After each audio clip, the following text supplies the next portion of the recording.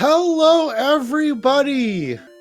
This is some serious hype we got going on. It is Game 3, the final, the decider, the last race of the 2021 Dragon Warrior Randomizer Summer Tournament. I'm Mr. Holmes, and I have with me fellow buddy and all-around good person, DK9146. Say hello to everybody. Hello, everybody. Hello, everybody! So yeah, yesterday we had a very, very solid race where Thilotilo got to an early lead and just maintained throughout the entire race in the clutchest of moments when he needed it the most and was able to force the decider. It's been an awesome tournament. There have been some really, really hard seeds. I can only imagine what tournament luck has to do here. All the game threes of finals I've ever seen have been very interesting seeds, to say the least. So just to briefly introduce the runners, we got brianwilliams42, who has been just steamrolling through the tournament at 11-3, and Thilotilo, who has just come to play in the bracket phase, just getting it done match after match after match. So this is going to be absolutely amazing. Absolute pleasure to be here. And I'm looking forward to it so much. Agreed. It doesn't get more hype than this, and we see the runners just starting up here, so we'll be able to see what they find in the treasure room here, or the throne room, but they are starting with some really decent stats for level 1 here. Yeah, and anytime you have not 8 strength or less, you're golden. So we got a double key start, which is lovely. Yeah, with gold. Yeah. So we're going to get access to 4 more treasure chests. They're going to have all the keys they need. So it may be the opposite of that. We'll have to see what's going on here. Both of them start walking away from the steps, realize they can go back up and back down to get themselves to 6 chests, so that they can get a glitch going here. We're going to see them both pick up their 6 keys, and we'll find out what's in the treasury momentarily. Well, 6 keys, no, Thilotilo can just get 6 keys. Okay. I thought he got such a bad roll on the gold chest that it was no bueno, but 13 gold left. It's all good.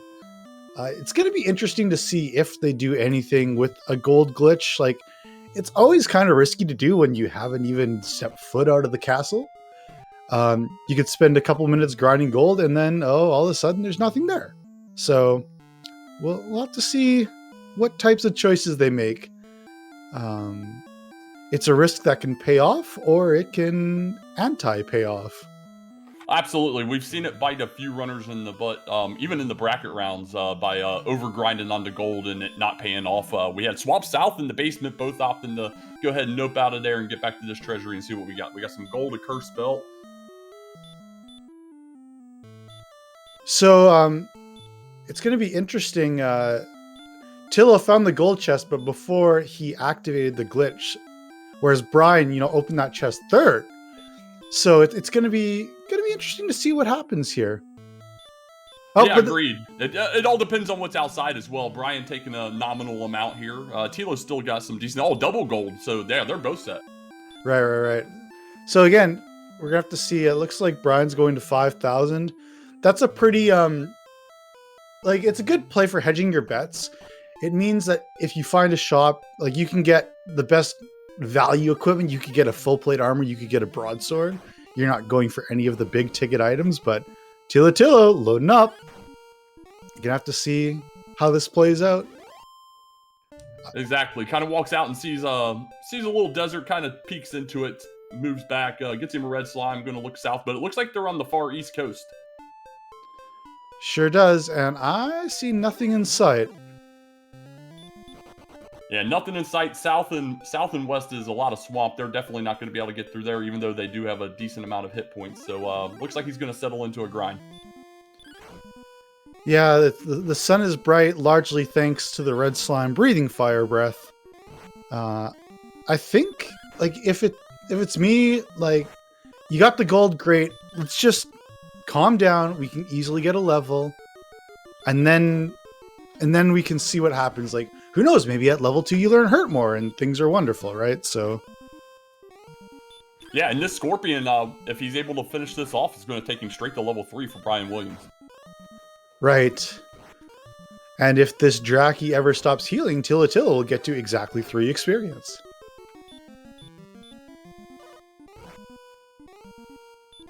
Yeah, Draki playing a little bit of troll here with the hurt and the heal, but he's got a good chance. He'll get his level 2 right here, and we'll at least see what level 2 brings. Alright, so Courage and Wit have served him for 2 power, 4 agility, and 4 more hit points. No magic, no spells. So we'll see what, very, very minimal, but it's still just level 2. Oh yeah, so it's interesting. So Thilotilo with this 2 extra strength is going to be able to take out a Magidraki to get to level 3 a lot faster than Brian took to beat that Scorpion. So that's one of the reasons why it's good to just, you know, take the easy stuff and then you move on. So they're the exact same experience. They're seeing a lot of swamp, and it's going to be interesting. Like, what do you do if you take a death here? Do you just eat the gold loss, or what's going to go on? Yeah, I think you have to eat the gold loss. You don't want to lose the little bit of experience you've already got, especially after how long Brian fought against that Scorpion. Looks like they're southwest. He was on the southern border as well, immediately running into Charlocketeer enemies trying to go west there. So we'll see what they both ultimately decide to do. Might start trying to check into that zone 1 and see if there's anything that's slightly better available to them. Yeah, I'd say probably, given only 18 strength, unlikely. But I think the Scorpion and the Magidraki are both excellent. Like the Droll, I think you're doing like 1 to 2, so that's going to be pretty painful, especially if you do 14 damage and then all of a sudden it decides, hey, I'm going to heal. Yeah, that's always the ultimate troll when you've been damage racing an enemy for a minute plus, and then it says, nah, you're not getting me. Like, right, the Droll's only worth 18, which is only 2 more than a Scorpion, and it's probably going to take twice as long. So from a value perspective, well, unless you just get a crit, then it's easy. Yeah, easy mode. Let's just crit them out there. So we're going to see level 4 here in a moment, and we're getting to get another power, 5 more agility, 2 hit points, still no magic or spells. So they've started out with that repel and 8 magic and nothing since. What luxury. Yeah, we'll go with luxury for sure on that one. So yeah, still not really ticking up in the strength. Kind of surprised. I know we did see Brian push out a little bit, ran into that green dragon, but you know, they do have the scared and scaled metal slimes on, but you know, get out there, you might still get a chance at killing something or finding that town. They haven't really been able to get out very far though. Right. So you want to do the easy exploring. You're still pretty darn weak. You've only got 23 agility, so you aren't running from diddly squat. But you just want to make sure if there's something nearby, you want to be able to see it. And we see Tilo go into that southwest swamp, and we do see a cave just across the swamp here. He's going to possibly make it there, where Brian ran into a green dragon. Tilo only found a Draki, and we got more keys. The Cave of Rimulder.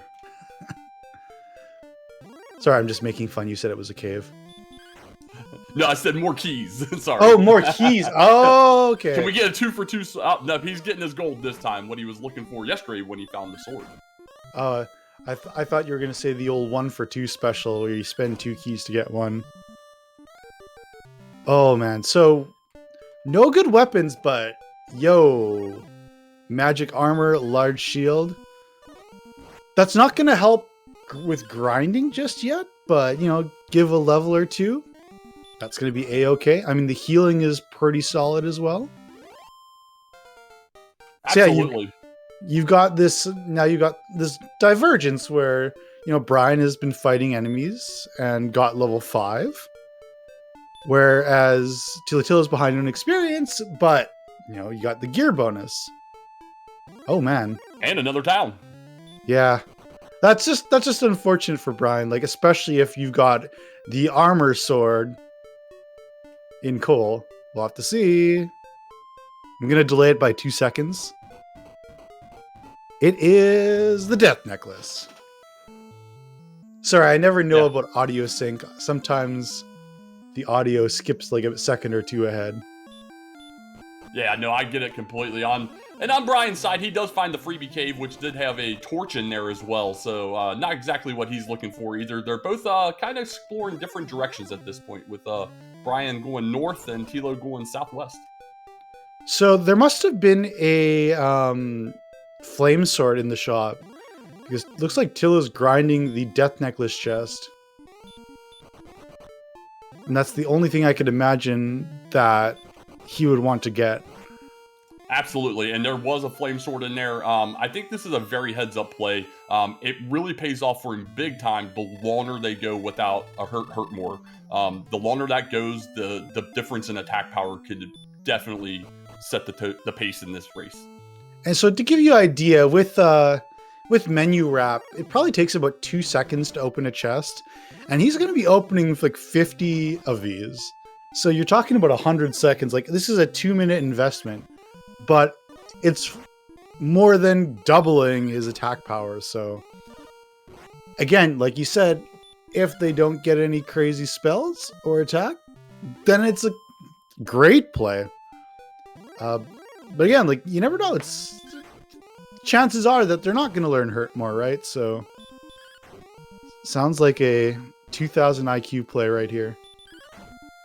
Yeah, it's definitely a heads-up play, and I know some runners overlook the fact that you can repeatedly search for that death necklace. Because of the delay, even if you do know, sometimes, like you said, it definitely eats up some time. But in a seed where you have limited strength, and it's still pretty early, I like the play very much.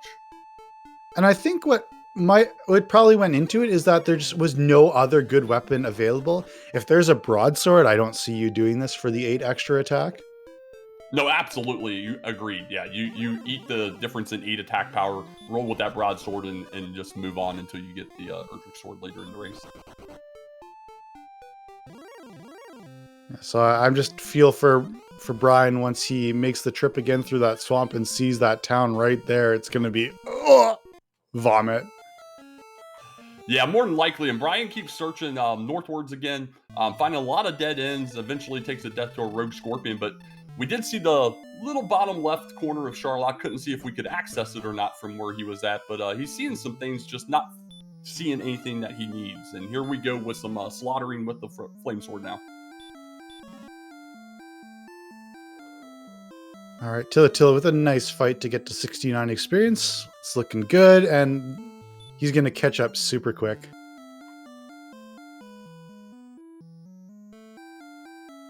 Yep, absolutely. So here's his level 5.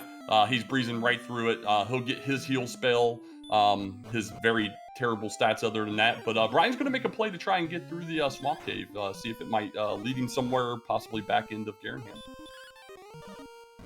Yeah, for sure. I mean, hey, Drakima, that's probably the best enemy you could see right now, I would argue.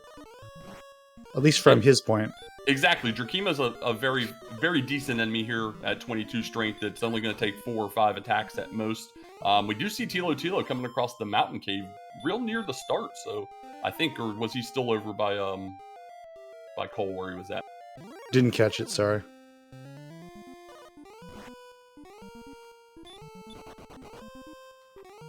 So more gold here on the top of Mountain Cave. We got a lot of gold to start this race, and we'll see if he can clear the bottom.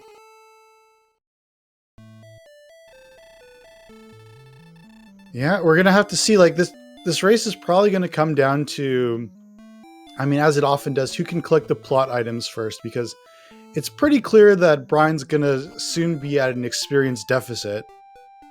It's just a matter of, can he find some way to offset that?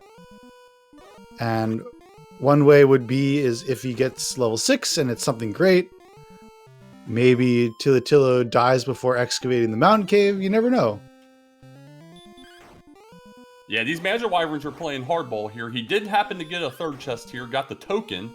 Ran into another Magic Wyvern immediately on the next chest. We'll see if he can get away. And he does, and we're going to get a 4th chest momentarily. Right, and that's the magic armor, large shield coming in clutch. You would have died otherwise.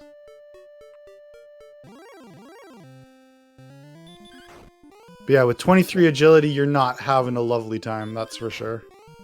No, absolutely not. No, there was a decent bump in agility for level 6 here, as we see a werewolf in the mountain as well. Still getting away, moving towards that nice chest. Wow. Wow. That's actually shocking. So sometimes it just comes up in your favor. We'll see if he can manage to full clear this. We got our first sighting of the fun police over on Brian's side, and he's definitely not getting away from that at 32 agility. All right, so we got an orphan chest in the mountain cave. Keep that in note. Thilotilo not able to make it to the bottom. Yep. That's always a shame when you orphan a chest. It always weighs in the back of your mind. Do you want to go back and check it right away if it's convenient? Do you want to check everything else first? What have you? And looks like he's going to go ahead and make a play towards the swamp cave himself. All right, so I've counted one time for both runners getting trolled by that treasure guard. That's just the worst, especially when you have like no wings or no return. There's a few of those NPCs that are just terrible at trolling people. Maybe that's a candidate for another NPC getting moved. McGrew? Like some of the super annoying ones have been dealt with, like the wizard that's in the item shop in Garinham, and even removing the stone barriers on that first shop in Cantlin. Because that shopkeeper would always, we'd say check Twitter or check Facebook. You're privy to that information, right? Or are you past that? No, I know exactly what you're referring to there. Absolutely. Ooh, you've been here for a while. Absolutely. Blue dragon right outside the swamp exit. Not exactly what you want to see, but it gets away. Yeah, I'm really hoping for Brian's sake that he's able to find something. Yeah, both runners in the exact same location pretty much here. Running into some nasty enemies here, though. Yeah, seeing this, it's like I would not want to come back here anytime soon, but for Brian, it may just be I have no other option.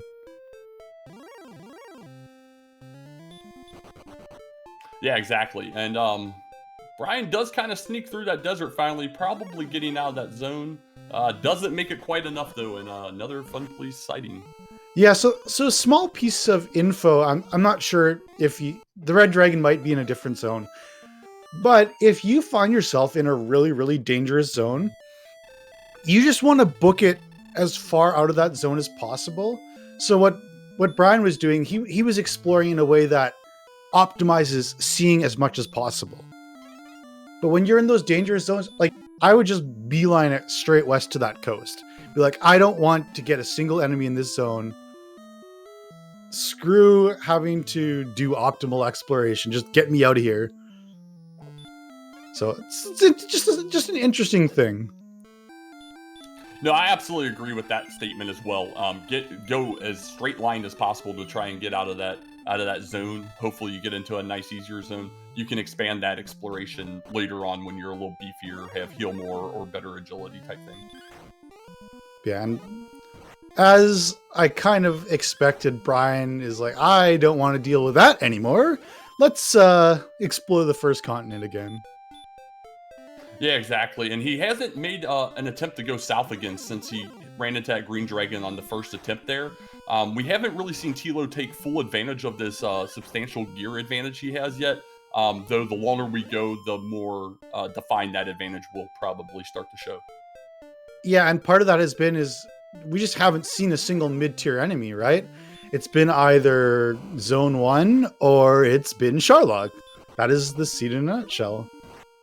Yeah, we're jumping straight from Drakima to Star Wyvern pretty much at this point. So have we seen a single monster that has between 25 and 65 experience? I can't remember one. No, I don't believe so. I think the next lowest we've seen is maybe a Rogue Scorpion, which we're not going to beat down with physicals this early in the race, at least. Exactly. Hey, there we go. We got a Wraith. A nice stop-spelly Wraith. That's fantastic. Well, until it has heal.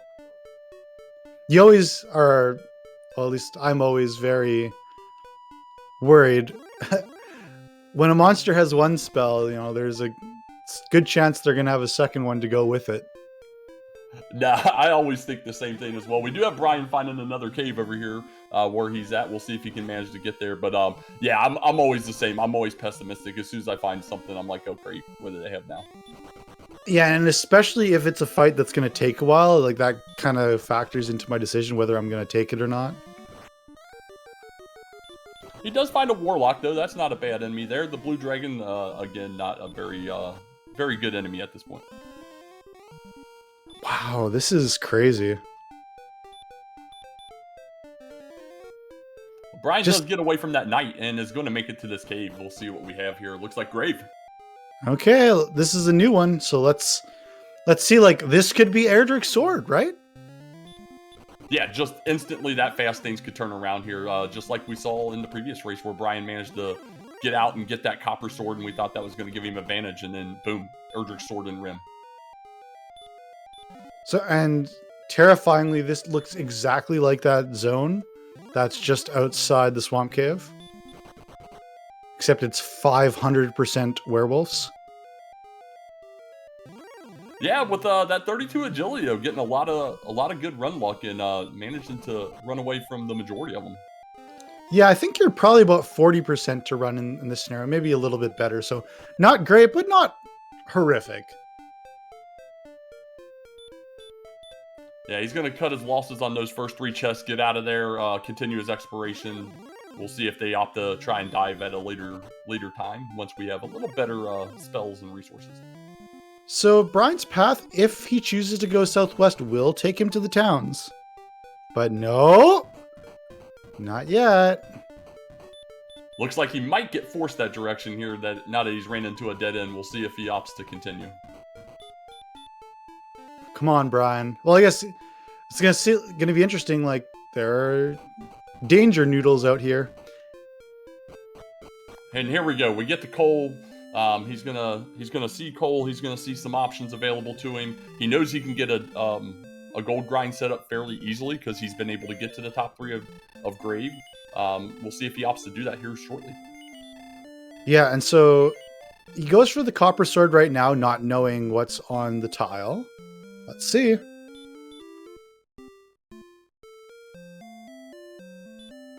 Thinking about it, thought about it, backed out. Definitely had some thoughts. The only big difference here between Brian and Thilo was already halfway to that flame sword, or just shy of halfway, where Brian needs another 8,800, I think.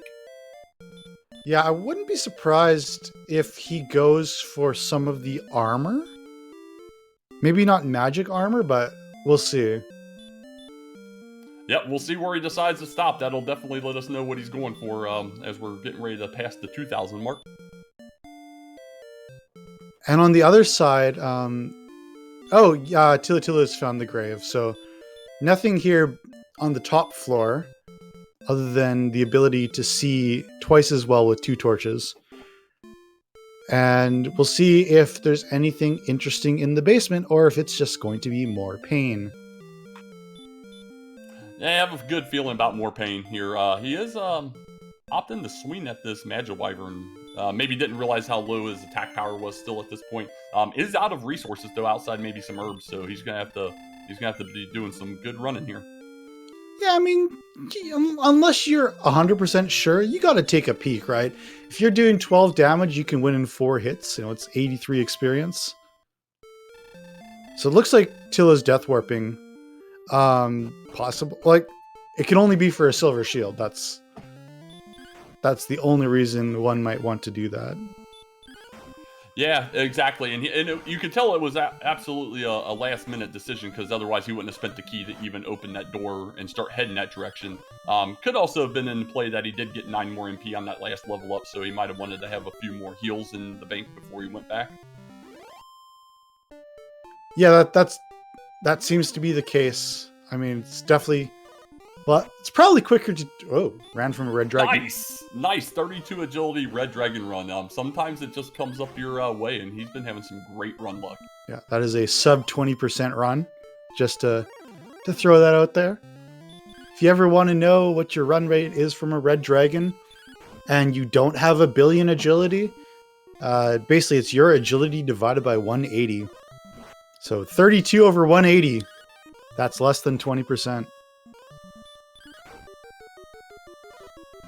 Yeah, sometimes the dice rolls your direction, although that Axe Knight was not letting him go, so he is taking another trip back to the Tantajul.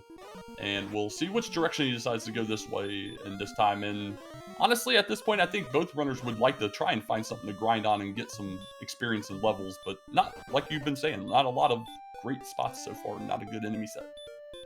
Oh, Brian got baited by that Wraith, got his spell blocked, was 2 hits away from killing it, tried to heal, realized his spell was blocked, and then was in no-win position, so just had to run away. Yeah, that always hurts a lot, for sure. So, looks like he did come across the mountain here. We know there's not a whole lot here outside of the token. We'll see if he's able to full clear. All right, yeah, it's just important to get that done. But again, very, very little resources magic-wise. They get 9 at level 7, but still, that's 6 heals and not a lot else.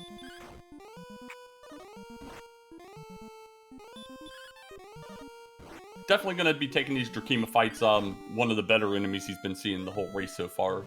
With that Copper Sword, definitely expedites that. But he's going to get down here, get his gold chest, and then head downstairs, and we'll see what kind of luck he runs into.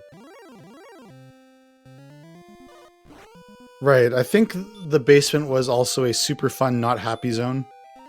So it was the third chest that had the token, right? Correct. Yeah, it was the right chest at the top where the 2 chests are together, whatever number you want to give that one. Yeah, usually these days I see runners get the first chest, then they go get the south chest on this floor, then they go up and get the 2. Yeah, that's typically how I'll route as well. Just because, especially you never know if the enemy zone down here is going to be terrible, kind of like it is here. It at least helps you guarantee a chest versus trying to walk all the way up here and then finding these guys and not getting away at all. Come on, Brian. It hurts me to see this encounter, Ray. It really does. Dang it. Yep, them's the breaks. Yeah, that was some nasty encounter rates for sure there. I think it was 4 or 5 encounters in maybe 15 steps. If only there was a name for such an encounter rate. I wasn't going to say it. I was going to leave that for you. I appreciate that. But yeah, no extra agility at level 7, so they're going to have the same issues running as they do right now. Yeah, it looks like Tilo's found a little zone. He's got some skeletons here. Been walking back and forth in these trees. Definitely wanting to at least get the level 8, and a nice crit there is going to take that one out right away. So, he's only 4 skeletons and change away from the next level, and maybe that's going to be the breakout one. So I like this play. Yeah, I mean, normally I would say, oh, you got to explore, you got to find something better, but they have explored, and they haven't found anything better. I think the only thing that Tilo's managed to kill that was really good was a Wolf Lord, but even that had hurt more, so it's just gross on many levels.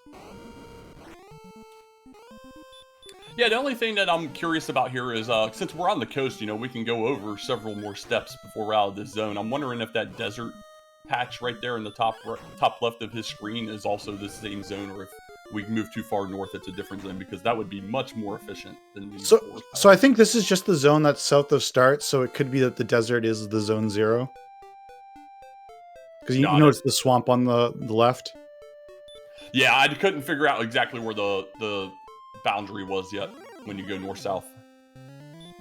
Yeah, it seems like Brian is making that same sort of decision, like, hey, I feel so helpless, I just need to take a time out.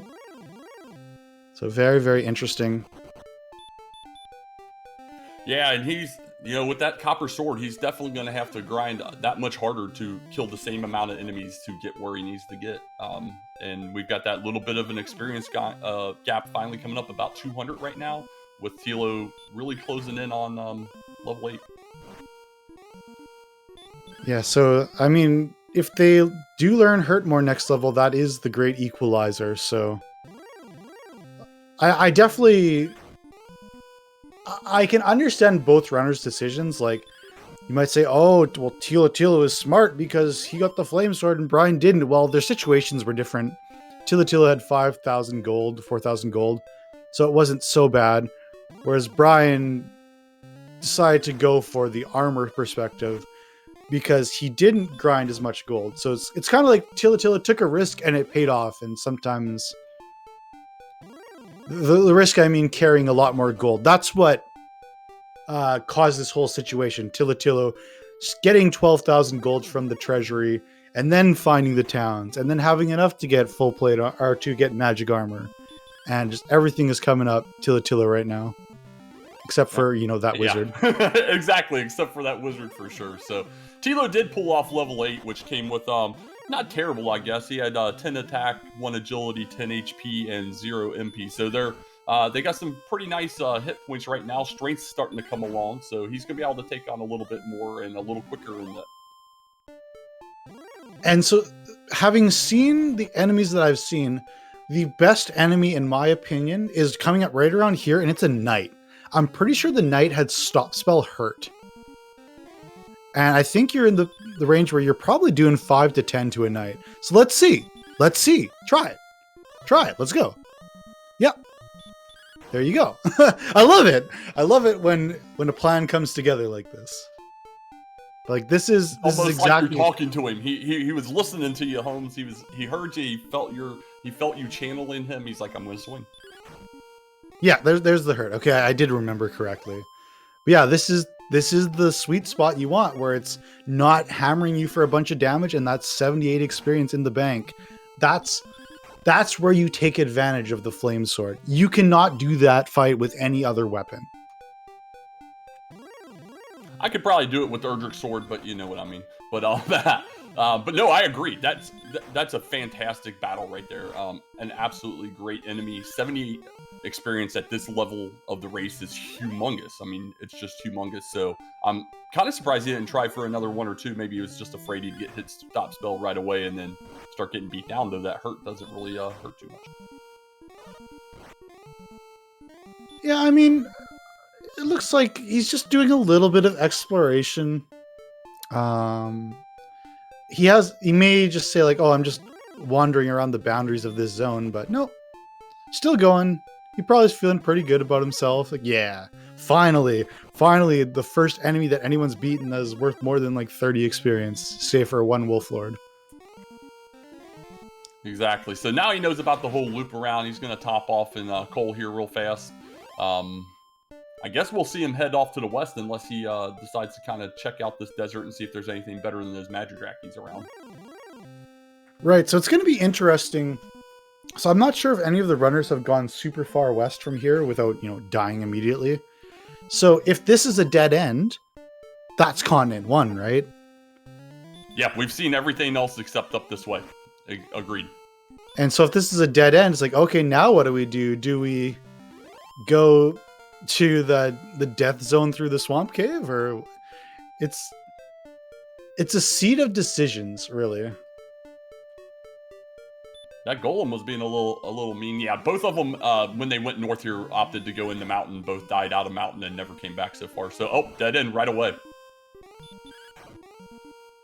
Yeah, so Thilotilo's probably like, okay, let's get that 5th chest, leave no loose ends, and then we got to go. And in my mind, I would be thinking like, okay, like we need to find the other searchable spots. In particular, obviously right now, all they can do is the coordinates. But it's like, there's a good chance that it might be the sword or the armor. Although I guess there aren't that many chests left, right? There's the 3 in Garenham and maybe the Tablet Cave. Is that it? And the bottom 2 engraved. Oh, right. Yeah, Tilo died. Oh, fairy flute at the end. I mean, not exactly nothing, but, it's not exactly what you're looking for either. Right, so we've got 6 chests and potentially 2 search spots left. And 2 of those 8 have to be the stones or the heart. So could we have the elusive sword armor both in Sharlock situation? Like, Gotta keep an eye out for that. That was a nice Magic Wyvern kill right there. That was a fantastic enemy to get on while you had full resources, full health. Great pickup. Yeah, for sure. And part of knowing you can do that was, well, Thilotilo tried to fight one last level and wasn't quite there, but hey, 10 power, now I can. So it, that little exploratory jab to the pinky finger of the Magic Wyvern at level 7 gives you the information that, yeah, we can do this. And all along, while we do have that weapon gap, Brian Williams is doing a fair job at keeping up. He's a little over 700 right now. The big difference between the two is Brian not being able to get the token out of Mountain Cave. Right, but we're gonna get to the bottom here, hopefully. I mean, this floor has been a pain in the behind, but I have faith that Run Luck will eventually level out. And I feel that he's getting these top 3 again, because regardless of if his decision to dive or not, I think he's going to go for that Flame Sword after this. Yeah, absolutely have to. And then, hey, he's not doing that bad. No, I like this play a lot. 200 experience. Well, I guess it's about 300 now. It's going to be interesting. It's the thing where if you find the plot items and get into Grind and Go, that lead can evaporate in an instant. Absolutely. And we saw not too much on that next level for Tilo, but 22 more HP. So their HP is coming along very, very quickly. And yeah, Thilotilo loves to see that, because that's going to make those Magic Wyvern battles and other battles a lot more safer. So that he's going to be able to exploit that Flame Sword gap even more. Now, did we see a Silver Shield anywhere? I didn't catch one, but Brian is very interested in dying right now, so... Huh. Yeah, because I saw him open all the other chests that he had already got, which wouldn't make sense if he was just wanting to die and get out of here. But him opening those other chests makes me think he's wanting to get money again. Yeah, he's just like, all right, we gotta do this now. I'll get that last chest if I need to.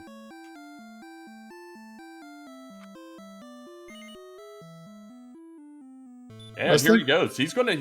Maybe he's gonna just walk around with Silver Shield money while looking for the other towns.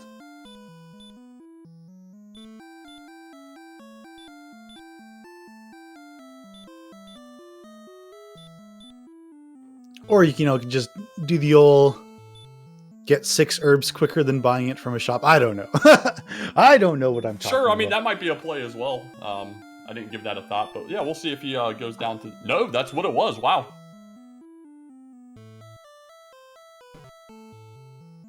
Just grabbing from the old take a penny, leave a penny tray. Yeah, I guess it's faster than getting down to Cole. And Cole, you have to walk all the way around. So Brian's got his Flame Sword money. We'll see if he can make that trip safely and even out his weaponry here. Well, it's going to be equal. Brian still hasn't seen Rimmeldar. Let's be honest. So Rimmeldar is where they had magic armor, I think, or no, it was in Cole too. So I'm surprised Brian didn't do both. He may just say, "I'm not spending the 30 seconds to upgrade from full plate. I'm happy with that." Yeah, and I can get down with that since it's the same defense. It's still early. He's probably hopeful he'll get armor before he dives. I definitely prefer to have the magic if I'm having to dive without Erdrick's armor, but yeah, we'll see if that plays off for him. Yeah, so it's really interesting. You have two, from what I can see, opposing philosophies. Thilotilo is just like, let's get everything, and it's worked out brilliantly. Especially in a hard seed like this, it's so good to have everything. Whereas Brian is like the more, I don't want to say calculated, but more like hedging bets philosophy. Okay, I want to optimize everything. I may feel like I'm behind. I need to pinch every penny. And there was another fantastic enemy. We have an Axe Knight that loves throwing out hurt. Tilo recognized that, fought through it, wasn't even ever in danger. I wonder if he can fight through this red dragon. I mean, if he double critted and maxed or near maxed on those crits, yeah. Otherwise, nah. All right, so we've got some, as they say in hockey, some like offsetting minor penalties. Both runners in the penalty box. Haven't heard that as much lately, but it's good to throw that reference back in a little bit.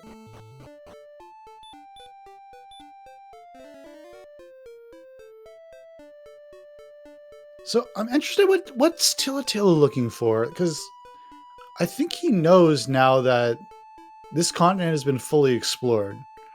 So maybe just hanging out for these chill monsters, like what else could he be looking for? Like, you always have to ask yourself that. When you choose to fight or explore, it's like, well, what are the pros and cons? Like, what do I have to gain? What do I have to lose? And from Tilotilo's perspective, like, I've already got the flame sword. Like, Erdrick sword, sure, it's better, but is it worth like running through red dragon, blue dragon zones? Like, no, I'm just gonna chill. No, and I love it. Both of them got that flame sword now. Both of them in the same exact desert, with Tilo and Brian looking for those knights. Those knights are all but free. Well, until he doesn't get an encounter and he says, what the hey, we'll go ahead and dive grave again, I guess. Probably had repel on, and there might have been weaker monsters. That may have been the case. But he knows at least what's in the top zone here. He knows that he can absolutely take on these Magic Wyverns, get some good experience on the way down, and has a little bit more MP to work with, so... Yeah, I'm wondering, I mean, when Brian was here, we saw like 500% werewolves, so I wonder if that could be an option to kill them or not. It'd be close, I'd say. With the 91 hit points, I think he's got a not 0% chance, probably around a 50% chance of getting through one. Just depends on how hard he's getting hit and how hard he's hitting. That's usually how it goes. Yeah, fair enough, fair enough. So, well, while they're kind of grinding and doing some things, let's let everybody know what we've done so far 40 minutes into this race. So both runners did start with a double key with some gold, so they were both able to grind 6 keys right away. They went into the treasury, found 2 more gold chests, an herb and a cursed belt. Both of them opting to grind some money. Brian Williams settling at around 5,100, while Tilo did opt to go near 12,000.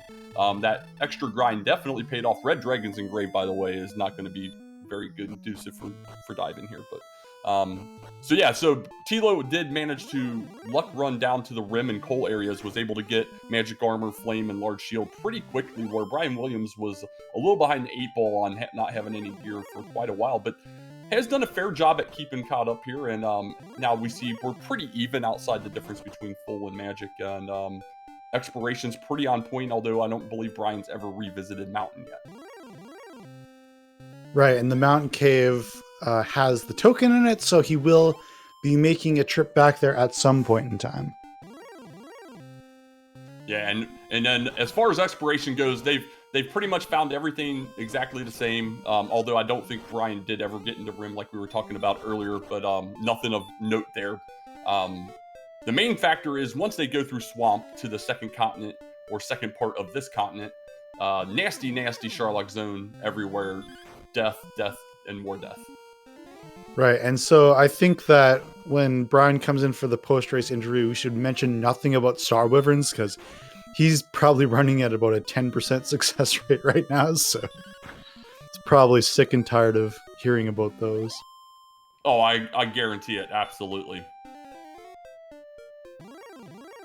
Like, if I were to describe a gesture, it would be like throwing a head back in exasperation. That's the only way I could explain it.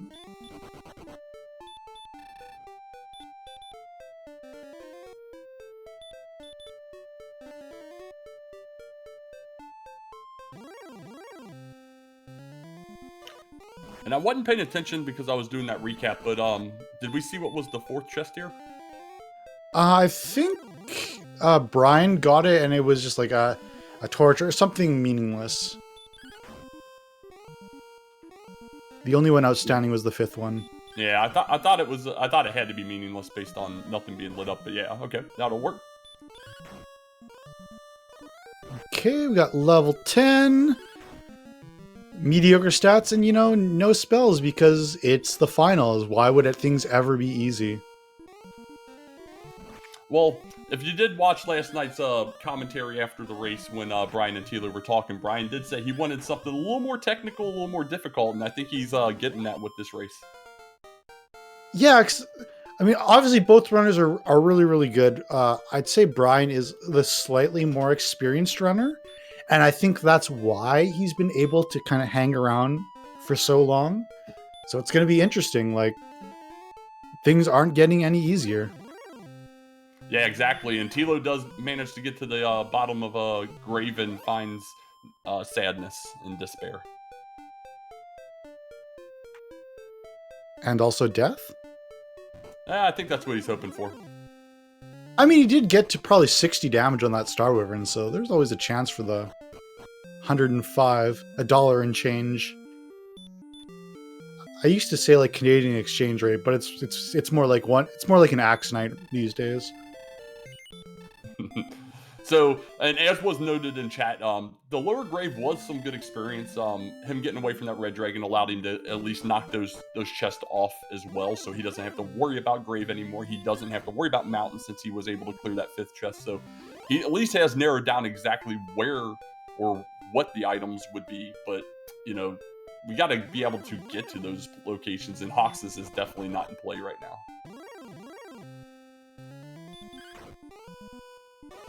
So I always like it's interesting to try and like figure out how far the runners away from each other, like who has the lead by how much. And so they're pretty steady with gear. Thilotilo has a little bit of an exploration lead with clearing chests. It's like, oh, you know, Brian, if Brian just sat and grinded right now, he could probably get like 120 experience a minute, maybe 100. And he's only like 400 experience behind. So 4 minutes, maybe. That's on experience, and that's where the calculation gets a little harder, because not only is Brian, you know, just that 3-4 minute grind to catch up, and that's barring Thilo still finding enemies to fight. Brian's that exploration in the mountain. He's that exploration in the grave behind as well. So those are not unsubstantial. Right, but the nice thing is that there are fightable enemies in there, so maybe you can combine both. But yeah, you make a very, very good point. It's probably 4 minutes plus. Yeah, it's definitely not insurmountable by any stretch, as we've seen throughout this race, or throughout this tournament. We've seen races where I thought it was a foregone conclusion 30 minutes in that a particular runner was going to win, and then only to see them lose after, you know, they took a left instead of a right, never found that last key item, or just had terrible char luck, or, you know, a combination of all of it. So, right, I wonder what Brian is looking for here. Just pacing. Yeah, it seems all zone 0 zone 1 right now. I'm not sure if there was something else that stood out to him, but looks like he's going to take another chance at mountain now. Right, so this was what jerky stuff is in the zone? Token and flute. All enemies. Oh yeah, we have stonemen and wizards up top. We had Magiwyverns and werewolves downstairs. Those were the big key factors that kept him from getting through. But yo, Thilotilo crit and Axe Knight for 59. I would say he was probably not going to win that fight otherwise, or it would have been very close. So again, flip that coin. It's a smiling face of a red slime of Thilotilo.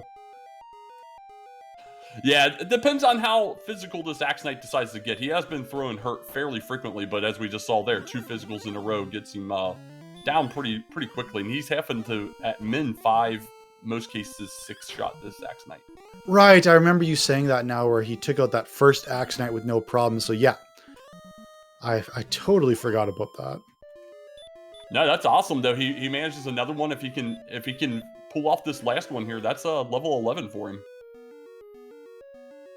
It looks like it. Well, it depends, of course, but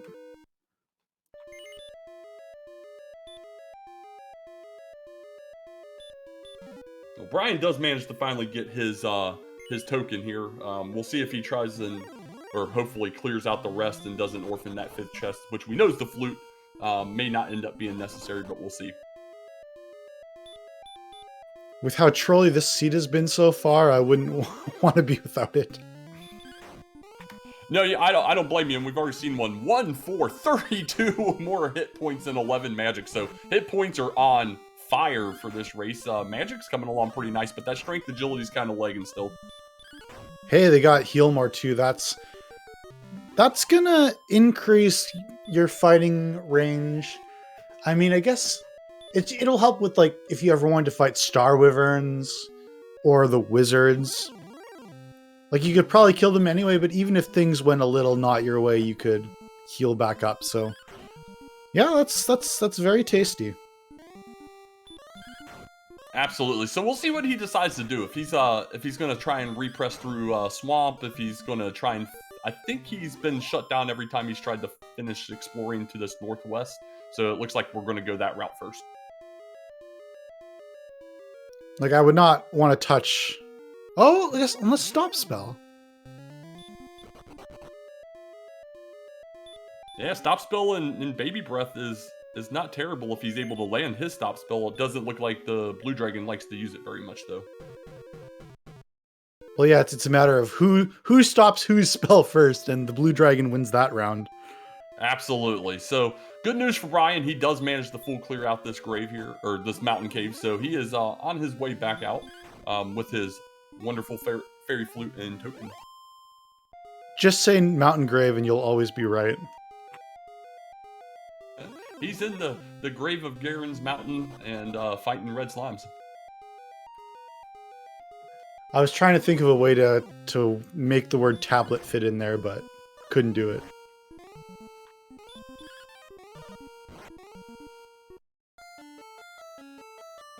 Gets a death warp off a wizard. Don't know if he was going for that or not as he was walking back out. But he's got it. He's got his items there. He knows that's a dead end over there, so shouldn't have to head back that direction any further.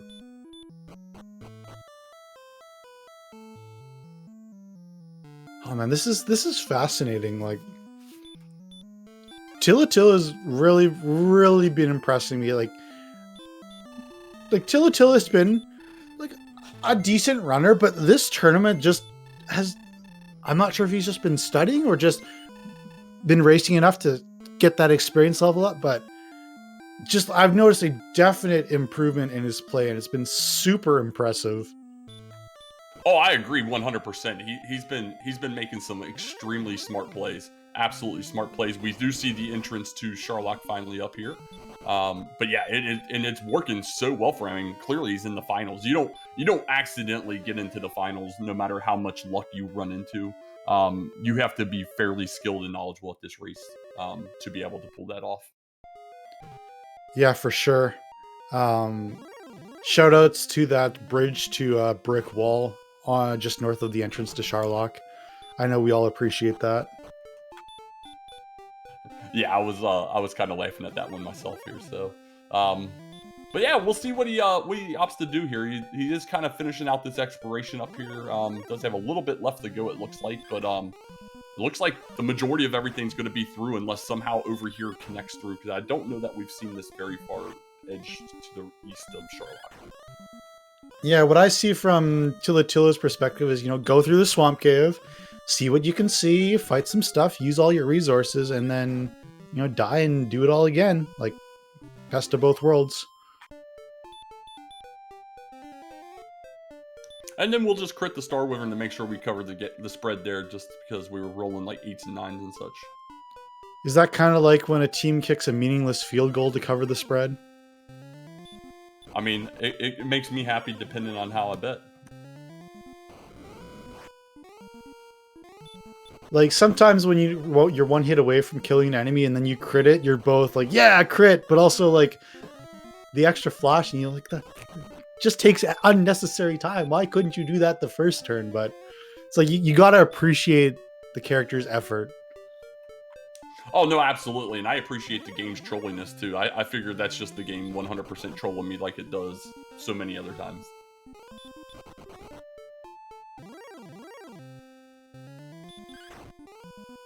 So with this grind that Tilo's been doing on his exploration, he has built a 999 point experience advantage here. Working very well for him. He's being very good with his resources, taking on the battles he knows he can win. A lot of things going in his favor, and we'll see how that continues as we move along. Right. Like, now having heal more as an option makes things a lot easier. You don't have to be as choosy with what battles you fight. So that's going to close the, like, I guess, this slight skill gap between the two runners. And, you know, you could argue that there maybe isn't even a skill gap anymore, but Brian has consistently been like one of the top runners. So in my mind, it's just like, I like Brian no matter who he's facing, but Thilotilo has just been an absolute monster. Absolutely agree. And this kind of expanded way more than I would have thought it would over here as he keeps wrapping around. He's gone all the way to the northern edge of the world, is now heading back west and south. This just keeps on going, and there is nothing out here so far. Hey, some luck for Brian. Nice. First turn crit on the green dragon. A+ RNG. Yeah, that always feels good. First turn crits are where they're at, and definitely some much needed experience. He's getting very close to that level 11 in his heal more as well, though. Do you know what a dead finger is? I can't say that I do. Okay, it's like kind of when you shake your hand and your like fingers like snap against the side of your hand. It's this kind of thing you do, like, yeah, like when you're excited. Now I can't do it, but I would pretend like I could do it right now. So this reference, I know what you're talking about for sure. Okay, this reference went a lot more poorly than I thought, but yeah, it's like that's the feeling. It's like, oh, just a very visceral reaction. Well, Brian went into Swamp Cave, decided to check the spike tile, has found out the good news about the Axe Knight with hurt. So we'll probably see him, barring some bad luck, go ahead and get his next level up off of this Axe Knight here in a moment. I don't think you do what I'm about to suggest, but once you get level 11, is there ever any world where you just sit and punch this Axe Knight? You know, I'm not gonna say no. I mean, it definitely depends on if you think you can explore safely or not. We know there's red dragons on the other side of Swamp. Maybe not in the very first zone, but definitely in that next zone west. Although at this point, we're running from the majority of those enemies, so I think I might press on. At least hoping for a sword before I do that, or hurt more. Yeah, like, I can't help but wonder, like, do you just chill here and, like, hold out for hurt more? I don't know.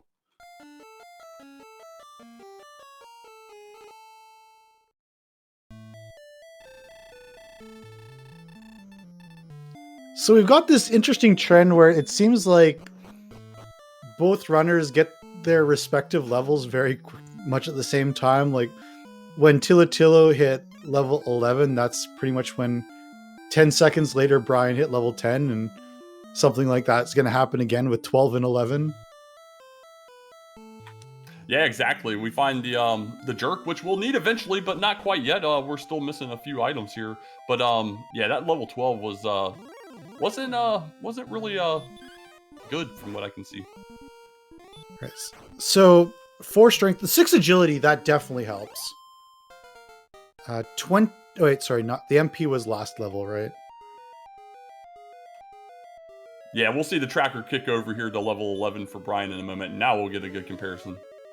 So again, we're gonna see, is Brian gonna go for the Axe Knight? I could see him doing that. Maybe this random Axe Knight will push him in that direction. Yeah, I mean, it's not a bad play. I mean, you're not terribly far away from level 12 from his perspective. What, you got 8 Axe Knights away, 7 maybe. So I'm terrible at math, so I just keep swinging until the numbers meet the number I need. 7 plus a red swan. That works for me then. So you know, and he might be just hoping for that hurt more, something that just makes that exploration a little easier. But he does do an about face and goes right back. Yes, let's go.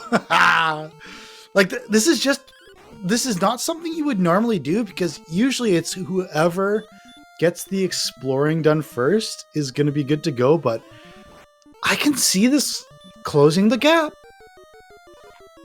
Exactly. It definitely makes sense from both Brian's perspective and from my perspective, to be quite honest. He is definitely running that gap. This will help close that gap. And honestly, the better your stats are, the faster you're going to be able to complete that exploration piece at the tail end of the race.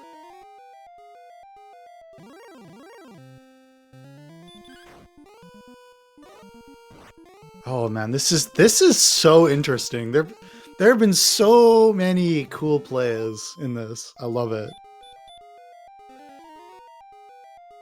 Now we're seeing dual axe knight deaths going here, there, everywhere.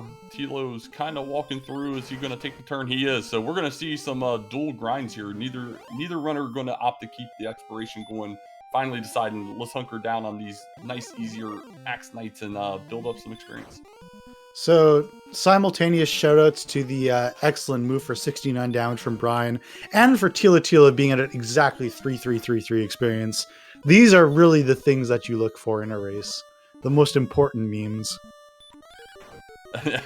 Exactly. I like I noticed in 4 of my, I think 7 races I had or whatever it was, I managed to get the 6-6-6-6 experience somehow.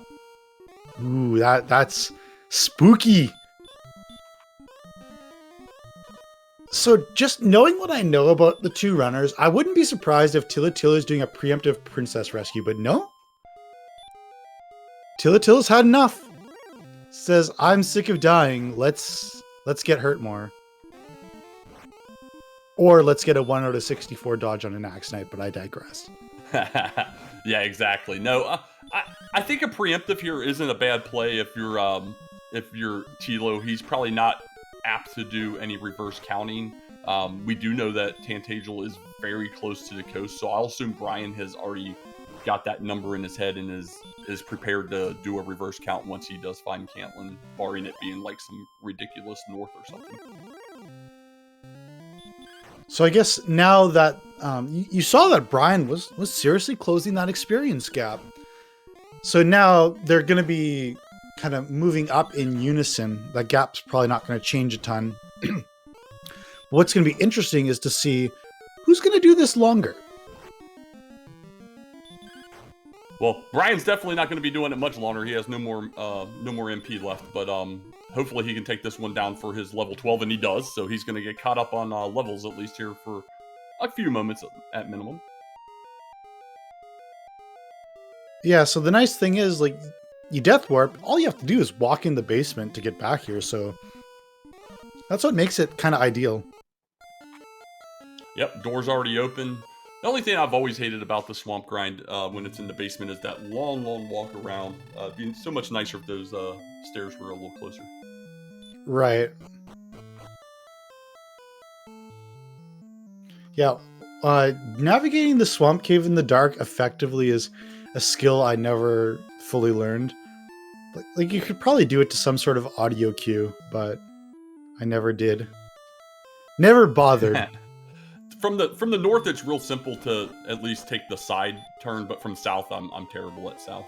Up. Well, even from the north exit, I usually bump into one of those little dead end nooks once or twice. And what's great on a side topic here regarding the 3.0 that's out that McGrew's putting out is the new version of that has some additional features in the credits that tell you all kinds of wonderful stats, such as how many times you've experienced an enemy, killed an enemy, died to an enemy. One of those stats that it does register, though, is bonks. In a race I did this morning, I managed 171 bonks. That's a nice palindrome.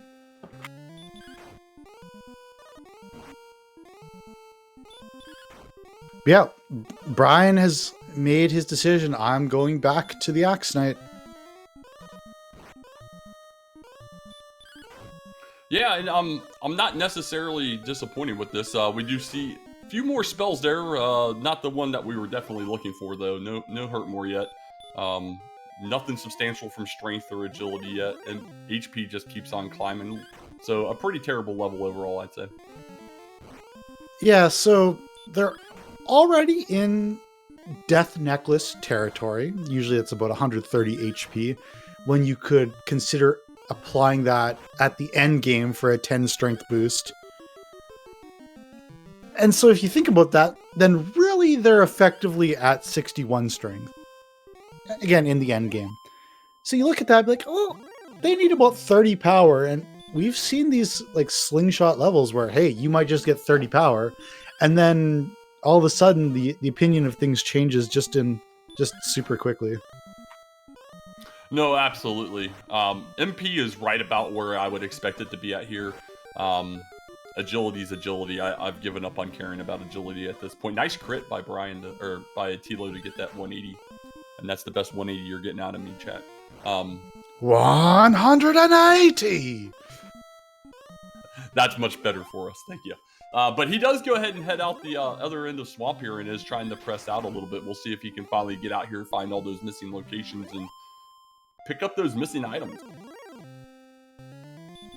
I was going to say a fun fact that I am actually voicing all of Ferran Burgundy's voice commands, but then I realized I don't understand 90% of them, so that would backfire very quickly.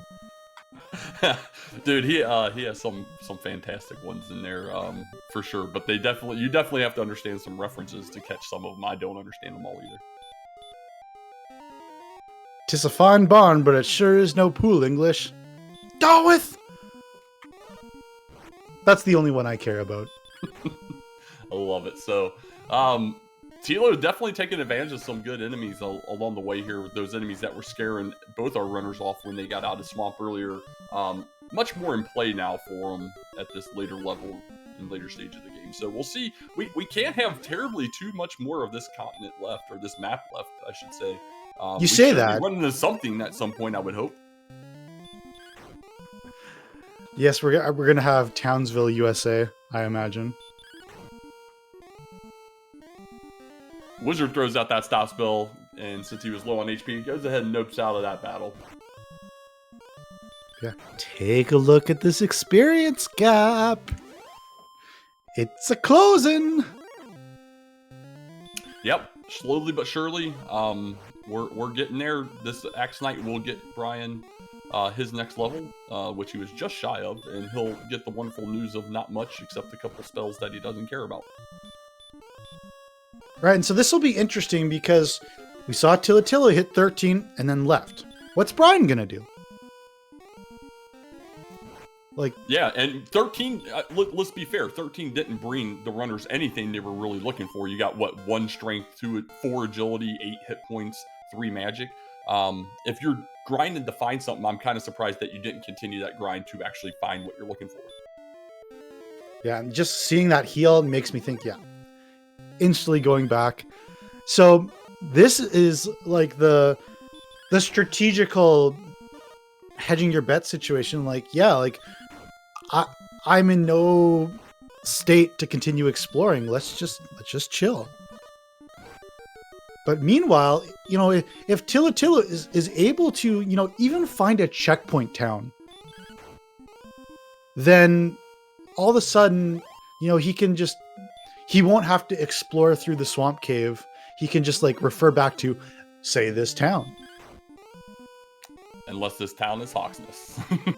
No, it would never be Hawksness. Never. Okay, good. Well, that's a big find for sure. And I agree. He needed that checkpoint town hard. He was out of everything running through swamp. So this is huge. He'll be able to get his 3 chests out of the back here, top off resources, and see which one of our missing caves is hiding in the back corner here. So I think it's either Tablet or the Staff of Rain cave. I think that's all that's left. Yep, that's what I got as well. Oh man, look at you being responsible and having a list of things. Or at least that's what I interpreted. My memory is terrible. I had to look down. I was like, I have no clue what we saw. I had to re-look at all my X's. That's me racing every time I race. I have to mark everything down. I forget where I was 5 minutes ago. But here we go. We got 3 chests in the back of Garenham. And what do we got? We got the harp under number 1. We've got a fighter's ring. Not going to turn down a fighter's ring with even with great attack, to be quite honest. I'm not turning a fighter's ring down ever. He's even remembering to equip it. Good job, Tilo. And the third chest we got a curse belt. Okay, so very intriguing. Like it's a good sign to see that the silver harp. Well, especially if it's the Staff of Rain cave here, but also because that means now there's a greater chance that the sword or the armor could be on the map, which thankfully, or I guess all the runners would be dying for that, considering how much swamp there is on the overworld. Agreed. No, yeah, armor up front before you have to do any diving or anything is definitely well appreciated by any runner. I kind of like watching them suffer when I'm not racing personally, but yeah. What are we down to? We've got the Cantlin cords check left in tablet And Hawksness. and Hawksness. That's right. So yeah, 3 spots. One is definitely our stones. We'll see what anything else is. And here's another time. All right, so guaranteed search spot. Unless have we seen Brecconary? Good old Brecconary? Great town of Brecconary? I already got rid of Brecconary. I think we eliminated it from the seed. Oh, okay, makes sense. Hey, look at this. Brian Williams is going to very briefly take the experience lead. Can you believe it? I love his play. It's been a very good play. As we've seen, this overworld does have some decent enemies for sure. As Tilo does get his experience lead right back with that blue dragon. But once Brian makes the play to get out, he's going to have so much more, ability to kill these enemies much more quickly. So Cantlin's pretty far away. Do you ever check for a silver shield here? At this point in this race and where we're at, absolutely not. Okay, like all I see is 54 agility and crying, so like yeah, I guess how you would have to do, like, you'd have to do a death warp in a cave. Oh yeah, I see what you mean. Yeah, but still you never know. Yeah, it's a huge time sink. Where, I mean, honestly, at the point that you would either get the gold and get back here after going through the whole rigmarole of setting up the gold grind, you could probably just grind the next level at that point off those axe knights. Excellent use of the word rigmarole. I do my best. So we saw those chords, not exactly straightforward. 40 north, 34 west, so no reverse counts or anything coming into play today. But trying to match that going to be in on my mind. continent 1? Exactly. I'm trying to figure that out in my mind, and I just can't quite get there on this map. Part of me thinks it might be just north of where that little kind of, there's like a finger that was a dead end. It's going to be like right around there, or it's going to be on continent 2. Well, we've got a Stone Man fight with no sleep, but haven't seen the Stone Man throw anything out dangerous yet, so a heal more or two, and he should be able to get through this. Emphasis on the word yet. Always put out the yets and the maybes, just in case. Yes, the first rule of a commentator is never say anything definitive, because you will always be wrong.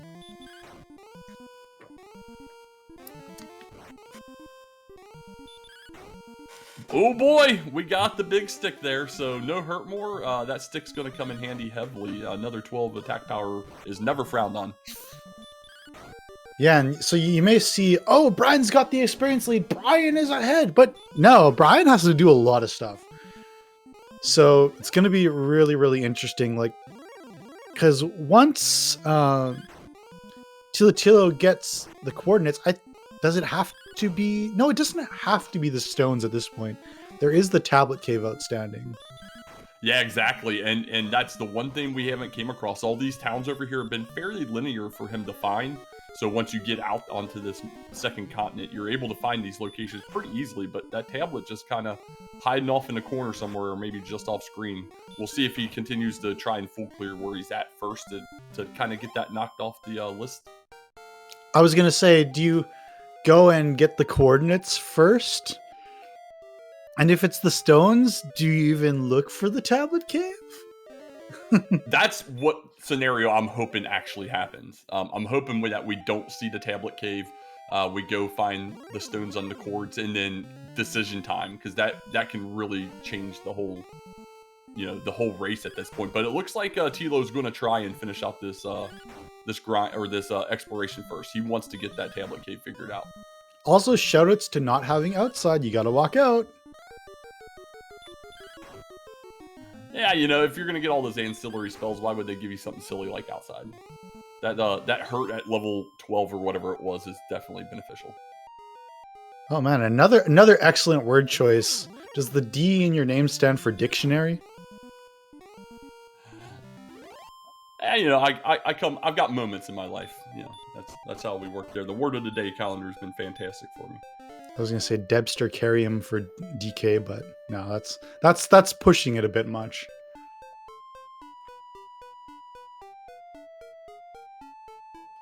Yeah, lovely. No hurt more at level 14.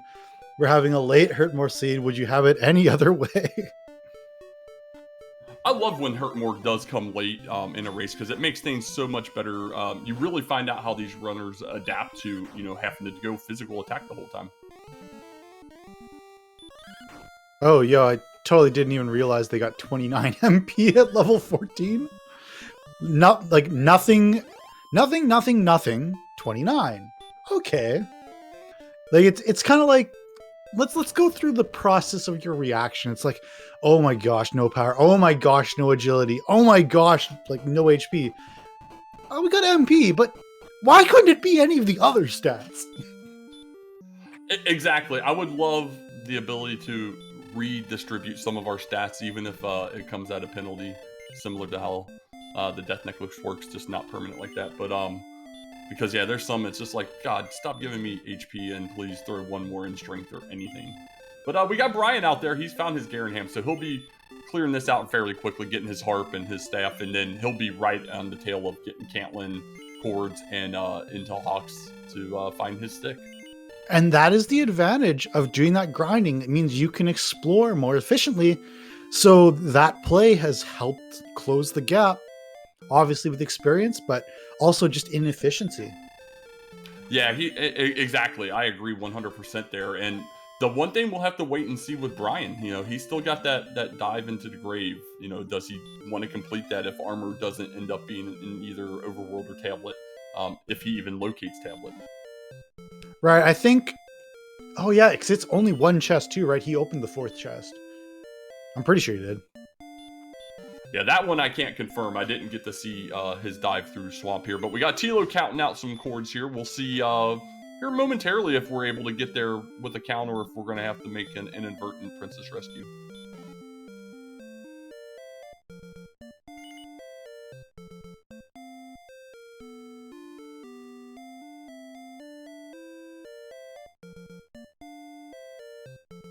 Yeah, and that's a good point Schmike is bringing up in chat. Will Brian feel behind here, knowing that, this stuff isn't terribly far from Swamp's exit, but knowing how terrible that enemy set was out of Swamp, I would think you'd have to at least wondering if his opponent has ran into that same terrible luck of getting through. Right, so we're going to see if these coordinates are on this continent, because Thilotilo is at the exact west coordinate. Just needs to go north, probably about 20 to 25 tiles. Probably writing down the coordinates of this cave just in case. Yeah, taking little landmarks along the way is usually helpful in case you run into something that just doesn't let you go. Although they're fairly safe at this point from death, barring, doing something stupid. Well, I was going to say, I was going to agree with you, but Thilotilo only has 20 MP left, so that kind of plays into that decision. Yeah, fair point. So, with sleep came at 14, so Brian's able to just sleep this stone man, so he'll have his stick momentarily here. Oh, Thilotilo, I would be running from this, buddy. You're going to put yourself in a low MP situation. Yeah, and that's when you happen to run into the fun police or something of that nature, and bada bing, bada boom.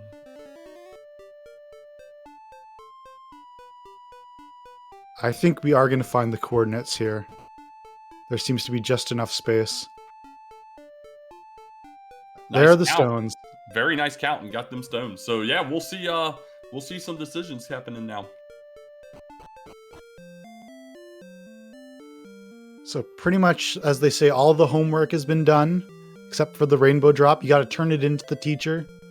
There is a, I guess in my time zone, a 1:30 p.m. deadline, so we got to get that done.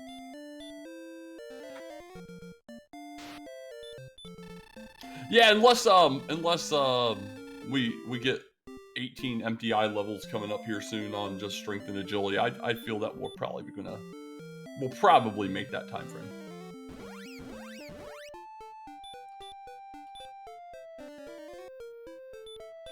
Right. Basically, that would be 12 minutes away in my time zone, but probably an hour 12 in yours. Exactly. So, all right then.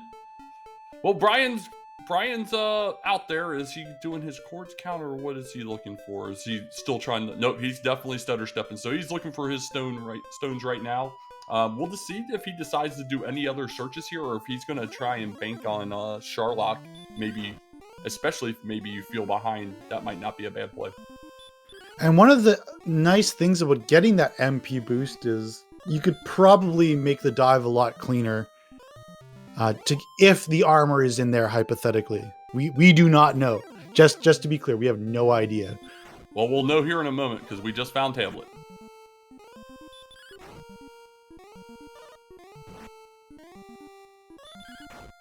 Wouldn't that be something? Oh, yeah, and outside came too, so he can at least outside.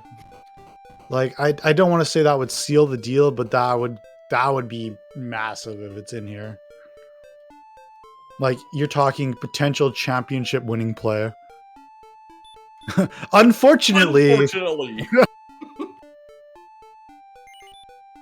Yeah, the worst thing you could see. But honestly, with armor, you know it's armor right away, since it doesn't do all that little fluff at the beginning that it does for everything else you find. So. Right. Oh man, this is getting intense. So we haven't really seen anything that's dangerous as far as Charlock enemies go. It isn't as light and fluffy as one of the previous races they had, where the enemies were just ridiculously easy. But so the agility is going to come into play big time as far as diving, especially with the armor knights and the red dragons, and how frequent or if they're even in there. So yeah. I think what I want to ask, are you doing a dive for armor separately, and if so, are you doing it now? Are you waiting to grind and to go level, or are you trying to do it all in once?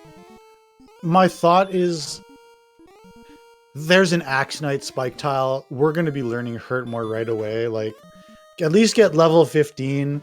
If it's a really, really good level, then yeah, because you're closer to go. But if it's a terrible level and you learn Hurt more, just stay. Like, you'll get that level in no time. But that's just my philosophy. Like, I'm not saying that is objectively the right decision, because there are risks associated with each one. But that's my feeling.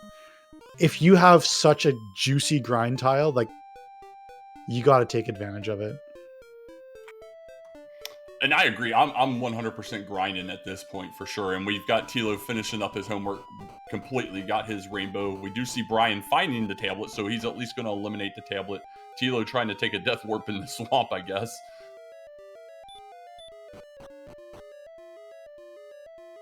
Yeah, because Tilo has no magic left, can't even cast Return.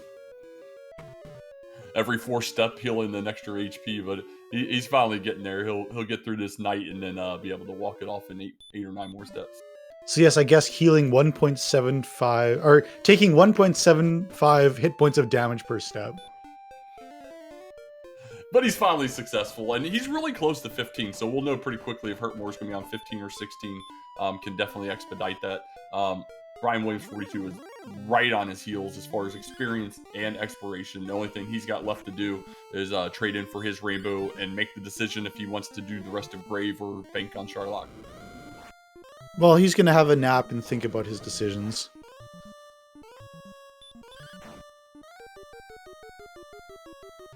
Yeah, you know, sometimes you want to take a little rest out there on the grass. It feels nice. You can really think things through and come up with a battle plan.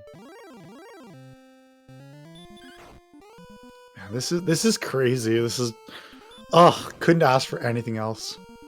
Oh no, absolutely. This is fantastic. It's so tight.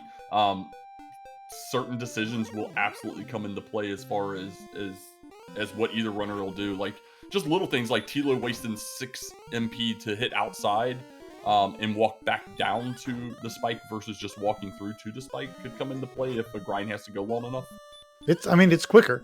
I don't disagree.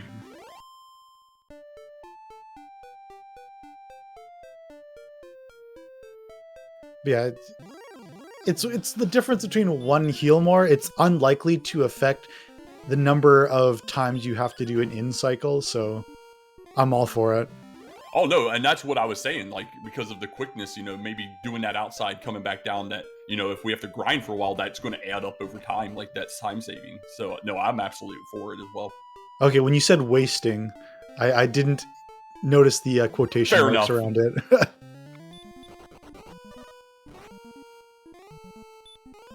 But yeah, this experience is just going back and forth right now. Although we should see Tilo start to gain since he is on the dedicated grind versus Brian walking around still.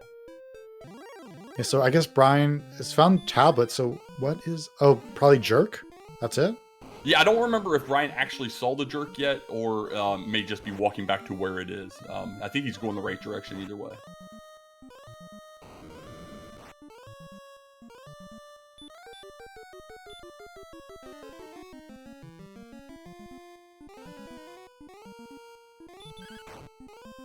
Yeah, I think this is going to come down to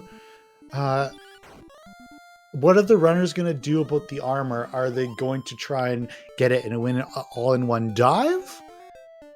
Or are they going to make a dive for it first? Like, it all depends on the stats, right? Like, you think, okay, I'm going to do a dive, get the armor, and then you get it, you get the level, but then you realize your level has way more than you need, and you could have just done it all in one go. I've seen that happen. It might have even been in a race with Thilotilo where he either won or someone won or lost in that exact sort of situation. Heck, that happened to me in Swiss round week 4. Maybe that was it.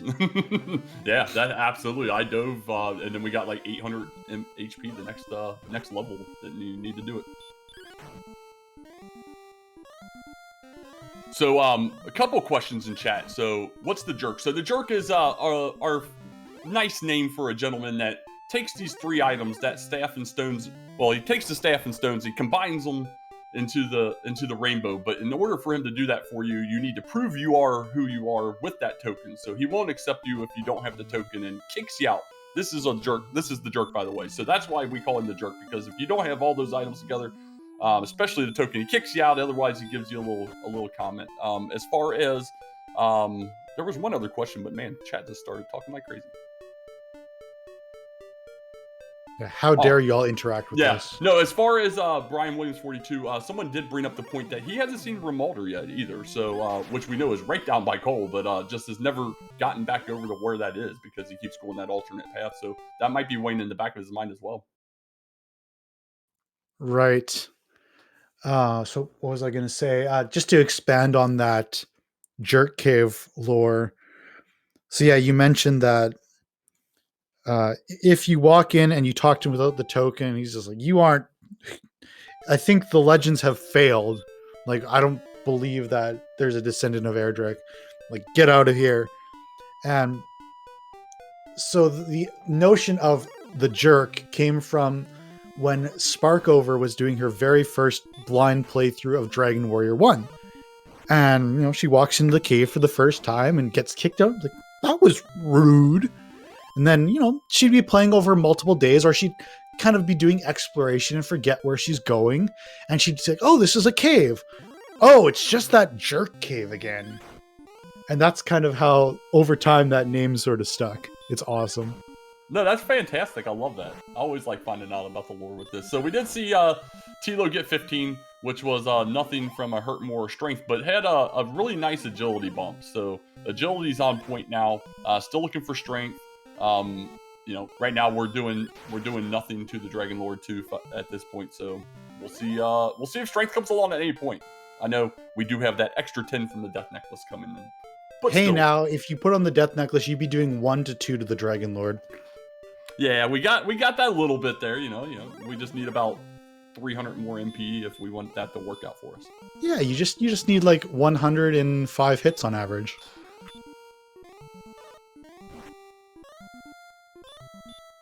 I had saw someone else ask if Brian Williams had saw Sharlock. He saw it very early, actually. I don't know that he walked all the way around to the entrance, but where he saw it at is accessible, so he definitely knows where it's located. Brian did get his level 15, takes his Death Warp.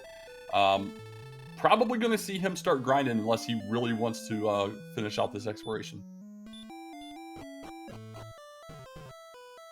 Oh, so he is going to go out and look for this last stuff. He's going to look for Rim, maybe complete out that grave, which we know neither play is the right play, but that is going to set him back just that little bit further back as far as go time. Well, he's going to find Rimmeldar instantly, so, and probably smack his forehead a little bit. As he sees it, like, oh my god. Yeah, both towns on the same screen. He's like, you gotta be kidding me.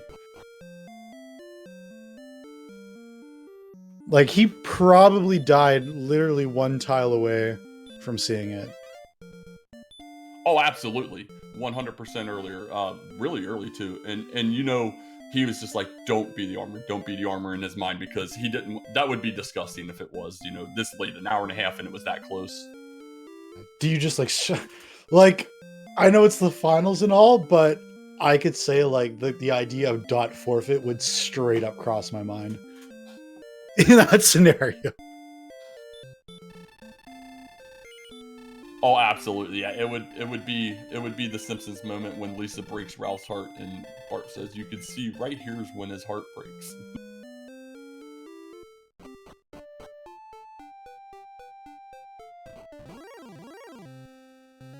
So it does look like he's going to head back over to Grave, either complete the bottom or the bottom 2, depending on what he has seen. It really won't take him very long to get in there if he does opt to go with Repel. What are you repelling in there?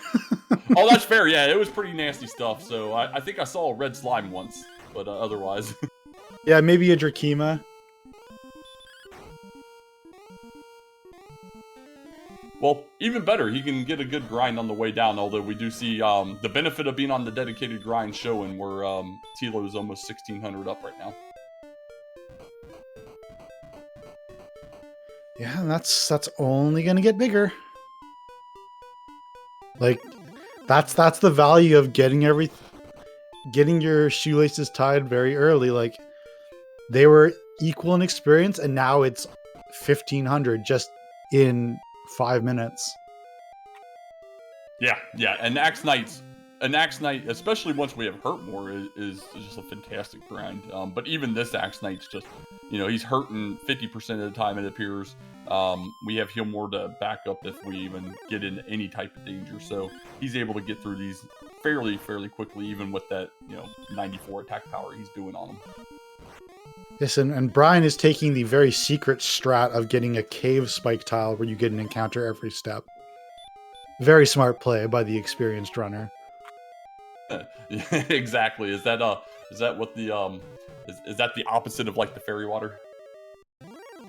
That would be cool if there's like a scent pouch like in Dragon Warrior 3 or 4. Very nice. So yeah, one more Axe Knight. We're gonna see what 16 has. If we get that like ridiculous strength gain and put us straight into go stats, or at minimum at least get us Hurt More and expedite this battle a little bit. I was gonna say it's guaranteed to have exactly one thing. Terrible outside of that Hurt More. Terrible. 2, 4, 3, 2. Ugly. Yeah, you know when all your stats barely add up to 10 that it has not been a good level. So on to level 17 we go. For those that don't know, the next experience level that we need for 17 is 12,000. So we'll be looking for 12,000 experience as he just goes over 10,000.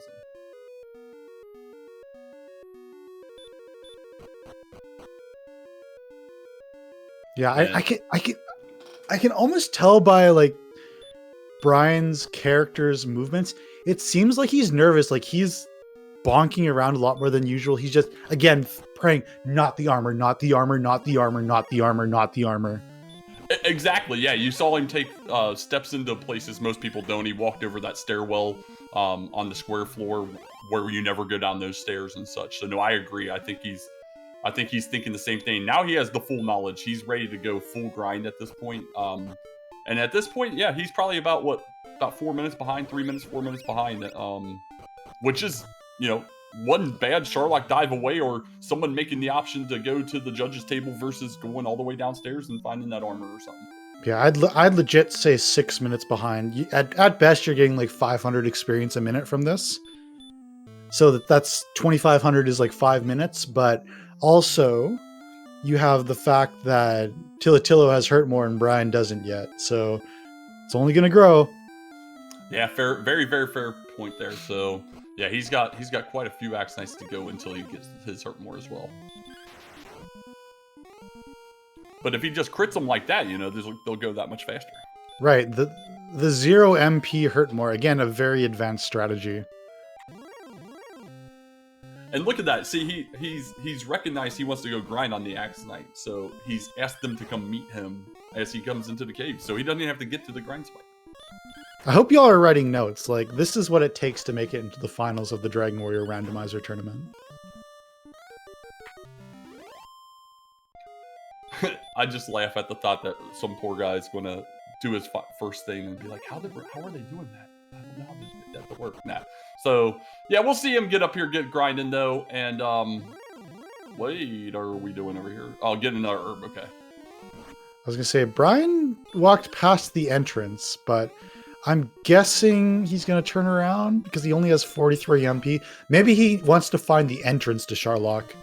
That's the only other thing I could think of. He already saw it. He was the one that we were laughing about, that bridge coming over to the wall a few 30 minutes ago or so. Okay, so it looks like did he turn around, or was he just in one of those stupid one tile gaps? I don't even know anymore. And I think I might have to agree with Chad. I think he might be feeling behind here and is going to try and grind out the rest of this next level on the dive. Although with 54 strength, I mean, we have to have a pretty decent level to make this worthwhile.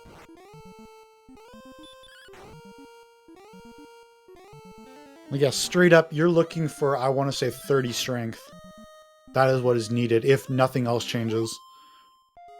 And he's used a repel, which is taking him down 1 heal more. So he might be just thinking dive and grind for the armor while getting that level.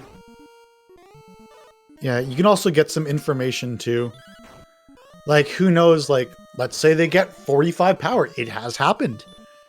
You get your level, all of a sudden, hey, I can just go. Yeah, and this right here, these are the decisions that will absolutely shape the finish of this race. This could absolutely just pay off for Tilo again and just add to his lead. This could blow up in his face. All really depends here at this point between what he does, what brianwilliams42 decides to do as well. Well, what I can say is, if he doesn't make it down to the bottom, this will lose time. It's very dichotomous like that. Like, you're not going to have enough magic. You're going to have to burn 2 heal mores on the way down just to deal with like barrier tile damage and enemy damage. So, like, it would require a miracle to be able to win now that, you're basically on 8 to 9 heal mores. No, I agree. And fantastic. We got Fun Police Red Dragons right in zone 1 right away, greeting him as he enters the thing into the castle. So yeah, he's gonna be blowing through resources really quickly here. Yeah, keep in mind they only have 72 defense. They aren't defense breaking a darn thing. So just to keep your eye, like, let's see what happens. We got 2 different strats. We got one runner who has about 2,200 more than the other. That's the gap right now. In 5 minutes, that's gonna change. It's just a matter of, if Till gets the armor, then, for lack of better words, yo. Yeah, exactly. So yeah, he really needs this. Like you were saying, he needs something out of this, whether it's finding the armor or getting to the bottom and realizing that the armor is going to be at Judge's table. Just some kind of knowledge. I mean, preferably armor, but some kind of knowledge would be key here. Yeah, I don't see how you're making it to the bottom with 6 heal mores. You got to burn one on the barrier tiles. I mean, this is just, I guess, get the level. Like, it's a hard decision because it's like you've already spent time committing to this, but then you have to realize that what you're doing is not going to work out. So yeah, he's just burning all the magic. This zone got way worse with that Armored Knight too. That's just terrible.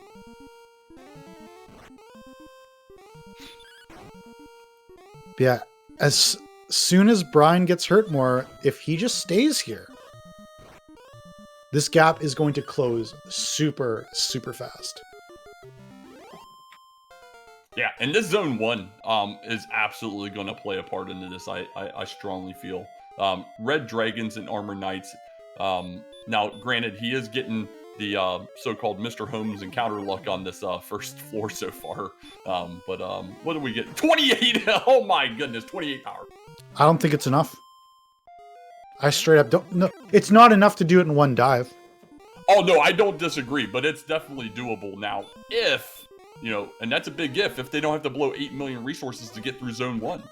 Red Dragons and Armor Knights are no joke, and he's seen a bunch of them already, so we know they're frequent here. You might get those lucky runs there, but 77 agility, they're no way in shape or form a favorite to do that run. Yeah, I don't, like, Thilotilo just needs to accept this is not going to work. You got to just give up at this point. I mean, yeah, good.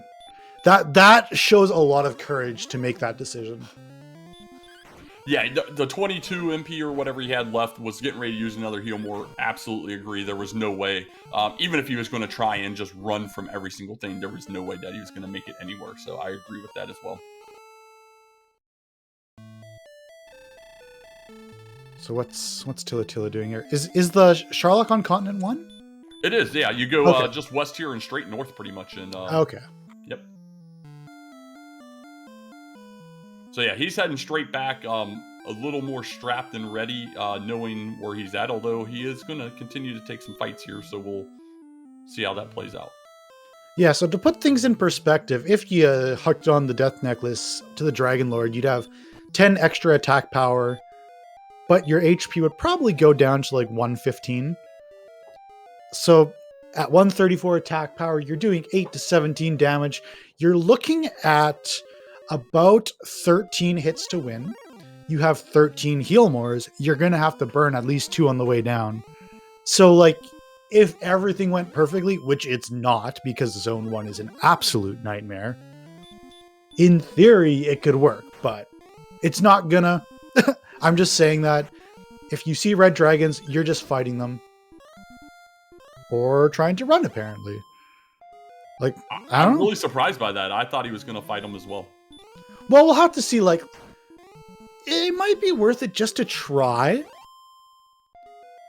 Just try. Just in case, you know? But as soon as you have to burn a heal more like you are here, like, all of a sudden it's like reality sets in, like, okay, maybe. I see, I get it. Let's go. Yeah, this is the second time I noticed him do this. He's walking straight up the middle as well, which is a little inefficient. You get that extra 15 damage. Little things like that you want to watch out for and try and maximize your health here. At least to get through Zone 1 and hope that Zones 2 and 3 are much more trivial. So I just realized, are they running with Permanent Torch on? Yeah, they are. Permanent Torch has been on all 3 of their races. Cool. I had no idea. I thought I saw it, but then I thought I wasn't paying attention, so. All right, so buckle in, folks. This is going to be a fantastic finish here. We're going to see some decisions coming up very quickly that'll shape the rest of this race. Will Tilo decide to do the full dive down, take a bank on the 6 versus 1? Or will he go to Judge's table first? Brian's 8 Axe Knights away. That's very quick. He's got the MP to finish it off in this one, and he'll be right on his tail. And we'll see how Brian decides. Is Brian going to try and make one dive work? Which, technically is possible, but very unlikely. And how much Charlock's going to come into play at this point? Right, so we're in zone 2 now. Is it going to be just as ugly, or what?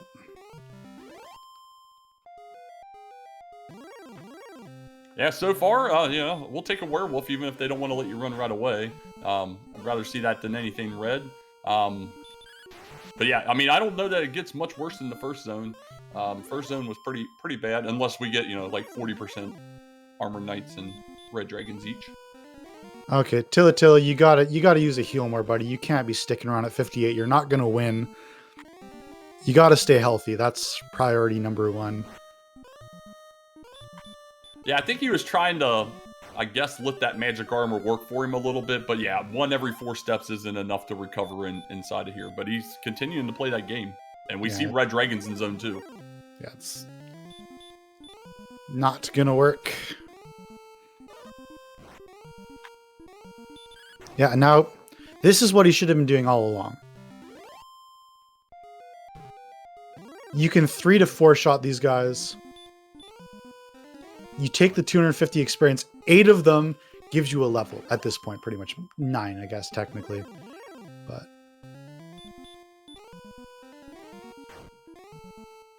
oh, I wouldn't do this though. Like he's kind of switched gears too much the other direction. It's like, okay, just fight the red dragons. That's good enough. Yeah, I think you run from the enemies you know you can run from and fight through the ones you know you can't. At least not consistently. So Brian sees those stats, got his level 17, and is getting out of here pretty quickly. Yeah, like Thilotilo, you gotta make it to the bottom. You have to. It would be nothing short of a disaster if he's not able to.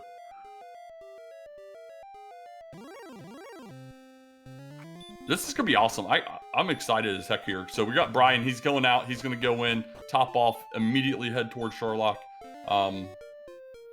And be right behind. Actually, he's going to hit a town up first, but yeah, he's going to be right behind. You know, we're 3 minutes maybe. Yeah, Thilotilo's come to the realization, like, hey, I don't want to fight this, but again, you're leaving yourself at 60 HP. Like 1 run fail from a red dragon, and you have to burn another heal more and take an attack at the same turn. That's the key difference. You want to get the maximum value from your heal more. It's best to do it outside of battle. Yeah, agreed. So yeah, he had to blow another in-battle heal more against the Stone Man there because he wasn't topped off enough. And as we can see, with the 77 agility, there's no guarantee anything. And he gets back attacked by the wizard, tries to fight it, and then swings and misses. So he's going to blow a little bit more HP, or he's already down to 62 off of this battle. Yeah, I would say Thilotilo is feeling the pressure a little bit. Like, things are getting to the wire here. I would fight this blue dragon, though, because it has stop spell. Oh, right. You don't have the armor yet, of course. Yeah, exactly. Yeah, stop spell until it does that. Actually lands it.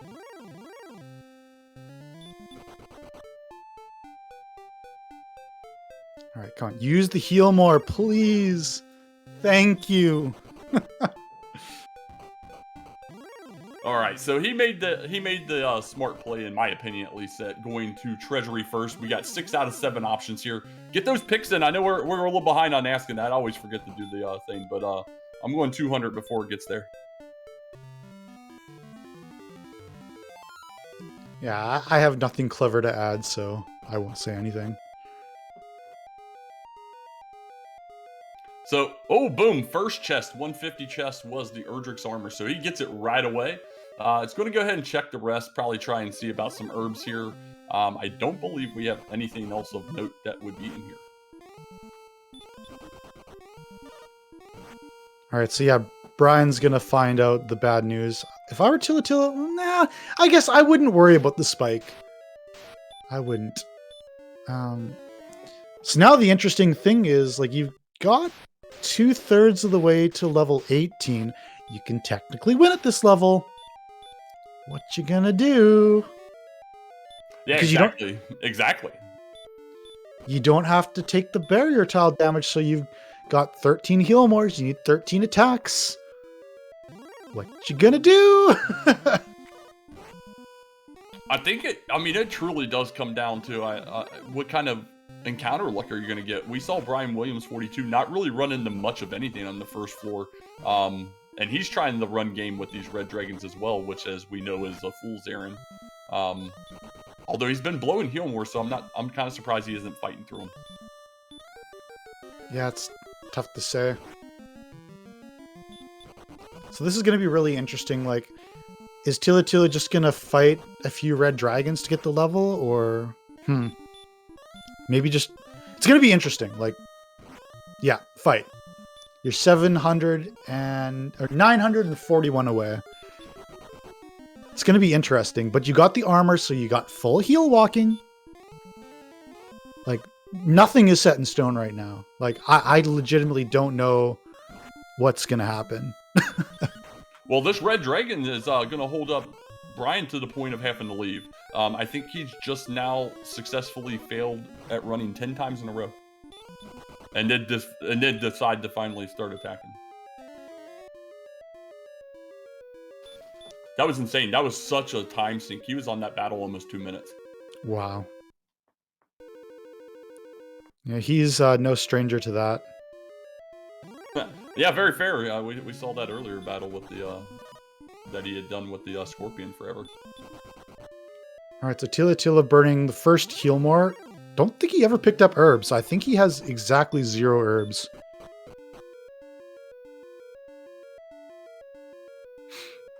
Yeah, that's rough. For sure, you definitely would like a little ancillary backup, backup protection from a health perspective, but we'll see what happens. Yeah, 'cause it seems like... Oh, he had 2 herbs. Never mind. It seems like he hopped in here with the idea of, like, I'm going to make it down. I've got the resources. But then, like, I'm going to fight red dragons if they pop up. But then those things are all that popped up. And now it's interesting because the crummy thing is if you gain MP, it's not going to help you. You are 1 MP away from an extra heal more. So these are like all the factors that go into these decisions, and there's just, you never know what's going to be the right answer until you see the stats. Yeah, exactly. And it always feels bad when you're trying to do that dive and you get that MP level, and you have to make that decision at that moment. Can I still win without going back outside, or do I immediately go outside, top this off, and come back that much more stacked with stats? So we'll find out on the next enemy he heals, that's for sure. Right, so 1 more enemy to the next level. Like, even if he gains 0 on every stat, he's still in good shape. Whoa! There's Armored Knights in Zone 2 as well? That's what I was just getting ready to say. So now we got the great news. Armored Knights are in Zone 1 and 2 along with their big friends, the Red Dragons. Alright, I'm surprised he tried to run, especially when this is a fight that would give the level. Now he doesn't quite know what to do. You can burn or hurt more. Yeah, and he realizes that. So, let's see. Like, Thilotilo is just praying for a big power gain to, like, keep going here. Yeah, so Thilotilo's a full dive and 5011. Yikes. There's the extra heal more! I mean, we're not going to look bad at the 5 strength for sure. That'll put him at 139 with the Death Necklace. But, yeah, that extra heal more would definitely be hugely beneficial right now. Although, honestly, I think getting through this zone is probably more beneficial than that. It's definitely doable if we can maintain resources. Oh, man. Thilotilo is probably just sweating bullets right now with this encounter rate. Like, just get me off this floor. The last zone is fine. Please, for the love of God. Probably waking up his kid from a nap. Like, oh, things are just chaos over there, I can only assume. Absolutely. Oh, this is... I mean, both these runners right now, they know the victory is, within reach in their particular, respective races, but What's my what's Brian doing if I'm Tilo? What's Tilo doing if I'm Brian? Where are they at? Have they gotten the armor? How are they diving? All these things are running through their minds right now.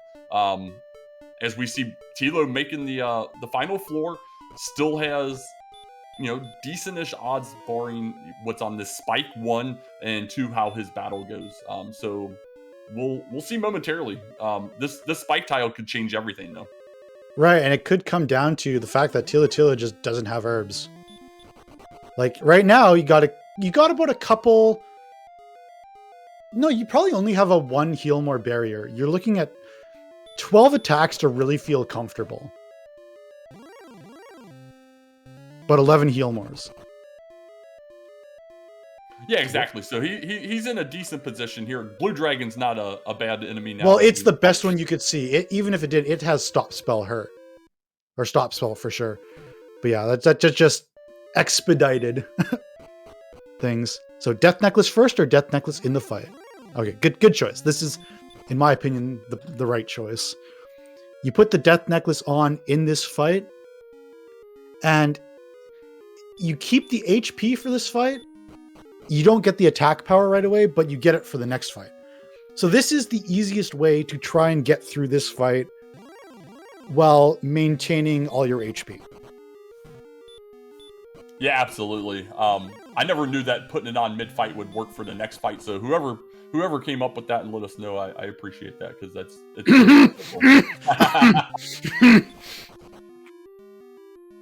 Gets a stop spell, finishes this off, goes in at 86. So here we go, folks. He's in a good position. Hopefully he doesn't get back attacked and does it, and opens up with a 10. Oh, he was probably really hoping for a low physical there, but just not getting back attacked is like, okay, take a breath. We're looking good. Let's go.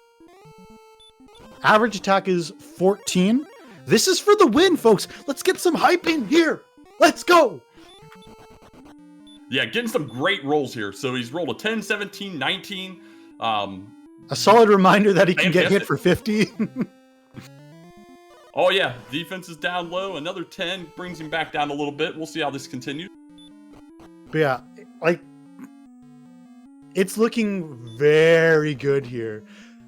And Brian's on the last floor at a level behind. But we said, if you can get down there with full resources, it's doable at this level. Let's see. Let's say Thilotilo gets a low heal more, and then all of a sudden is at 50 HP, and you have to make the decision: are you going to heal on 50 or not? Like, things can change in an instant. Whoever's saying "Go Dragon Lord," you're banned. He's getting some good rolls though. He's back and forth on it. I think, if I'm not mistaken, he's at 110. 5 heal mores left, 4 now. In a really good position. So get hype. If anything goes south though, Brian Williams is right there, ready to take this. Also, what? There are red dragons in the bottom zone too? Yeah, that feels bad, especially having gotten down there with all those resources, which was surprising enough to find out Zone 3 also does it. All right, like, it's going to be any hit now. It's going to be any hit now. I think this is it. Next swing or one after. He's at 139, I believe. Oh my goodness. 150! Oh, if I didn't miss a swing, that might be a min roll. We'll find out here in a moment. But holy crap. Get those GGs out for Thilotilo. He is going to be your 2021 Dragon Warrior Randomizer Summer Tournament Champion. Oh my goodness. That is incredible. Holy moly. Oh man. What a race. What a fantastic race. I mean, look how close this is. We got Brian going right into the Dragon Lord fight just as Tilo is wrapping up. And the method they both got there was drastically different. They both went so different, and to be this close this far into an almost 2-hour race is insane. Yeah, like it's going to be 2 minutes basically. But I mean, I think it's automatic. But we'll have to see. So Brian is doing... well, the Death Necklace is equipped, so he's doing 8 to 17. So you're looking at 13 attacks. You got the heal mores. Although he's low rolling like crazy. But should be okay. Let's just take this victory lap, y'all. Like, we got our winner, Thilotilo. That's freaking awesome. Brian is going to be right behind, and Brian has had an incredible tournament. Like, huge shout outs and respect for going through this tournament, making it this far through some of the most insane seeds, consistently insane seeds I've ever seen in my life. And this one was no exception. Like, just been unbelievable. Absolutely. This final seed threw a lot at them too. You know, we went, like we were talking about earlier. We went straight from that like zone 0 1-ish enemy straight to Sharlock tier. Nothing in between. Lots of death and such happening very early. They tried to push exploration, couldn't really get out there. And then, you know, the pieces started adding up after a little bit of grinding. We saw Brian go one way, Tilo go the other, and kind of culminate that XP lead going back and forth. Ultimately with Tilo getting a little bit luckier. So, and joining us in the commentary booth now is our champion, Thilotilo. Congratulations, sir. How are you feeling? I'm all right. Before I go on, let me, I got somebody who wants to say something. Thanks for cheering for Dad. Is it the child or is it Onyx? One was on the TV. Hi. Well, that was close to thanks for cheering for Dad, but yeah, very good job. Right. We specifically did it at this time, so he had a chance to watch. So. Oh, that's awesome. As we see, Brian just taking care of business. Brian actually managed to get down there at level 17, which I know you had initially thought about doing until, you know, certain enemies said other things. Yeah. The 17 I thought was go mode with the armor. Did he have a separate armor dive? Yes. However, so interestingly enough, you may be interested to know, there were actually red dragons on the bottom zone too. You just never saw one. No way. Yeah, we saw one. Man. We saw one right on like the bridge area, right before the mini boss. Yeah, I just had so much issues going down. I was thinking that it would be fine to do it at you know, where I was, but the red dragons kept making me heal more. And I was kind of hedging my bet, saying, I bet you I'm going to get something at this next level that's going to make it okay. And then I accidentally heal more on an Axe Knight when I meant to hurt more, Armor Knight when I meant to hurt more, which cost me an extra heal more, and I was like, okay, I got to get this level now. Right, and so let's welcome in our runner-up, Brian Williams. I just want to say to both of you, y'all have to watch this VOD. I mean, y'all know this was such a insane, amazing, stupid, ridiculous, terrible, awesome seed. But the difference in exploration, but the levels of decision making that went on during this was at such an incredibly high level that I just have the utmost respect for both of you. So GG, Brian, what do you have to say? Well, congrats, Tilo. Thank you. Yeah, GG. I knew it was going to be close. I knew I didn't have, if I was ahead, it was not by much, because that was a tough overworld, and I settled into grinds that were not efficient, and just, I don't know, I was very, very stuck the whole race, so glad to know I wasn't the only one. Right, and so just to summarize, so both the runners know what's on the same page. I mean, Brian, you know, you basically died early, like 1 or 2 steps away from seeing Rimmeldar and Cole. You got to that rough area first, early on, but Thilotilo made it and had actually grinded a bit more gold at the start and was able to grind the Death Necklace square in Cole about 50 times to buy a flame sword. And in spite of having that better weapon, whereas you had a copper sword, Brian, you did such an amazing job of keeping pace. You think you did inefficient grinds, but given everything that was out there, that was what you had to do. So it was amazing to watch. Like you played phenomenally, like straight up. Well, thanks. That copper sword did a lot of work. And so I thought about doing the flame sword grind in Cole, but it's like, oh, I'll find something else, or I'll find a grind and come back for it. So yeah, it put in some work. So I guess I'll just kind of keep I'll keep like giving the rough sort of timeline. So while Thilotilo was grinding for the flame sword, you got to a slight experience lead, around like 400 experience. And it actually held for a little bit because there were no mid-game enemies you could fight. Even with the flame sword, everything was killing you. Yeah, that was brutal. Had the flamethrower. I was like, all right, I can do this now. And then time kept ticking, and like my experience is not matching what it should be given how long I've had this flame sword. It was awful. But then you found the knight, and the knight was just chef's kiss.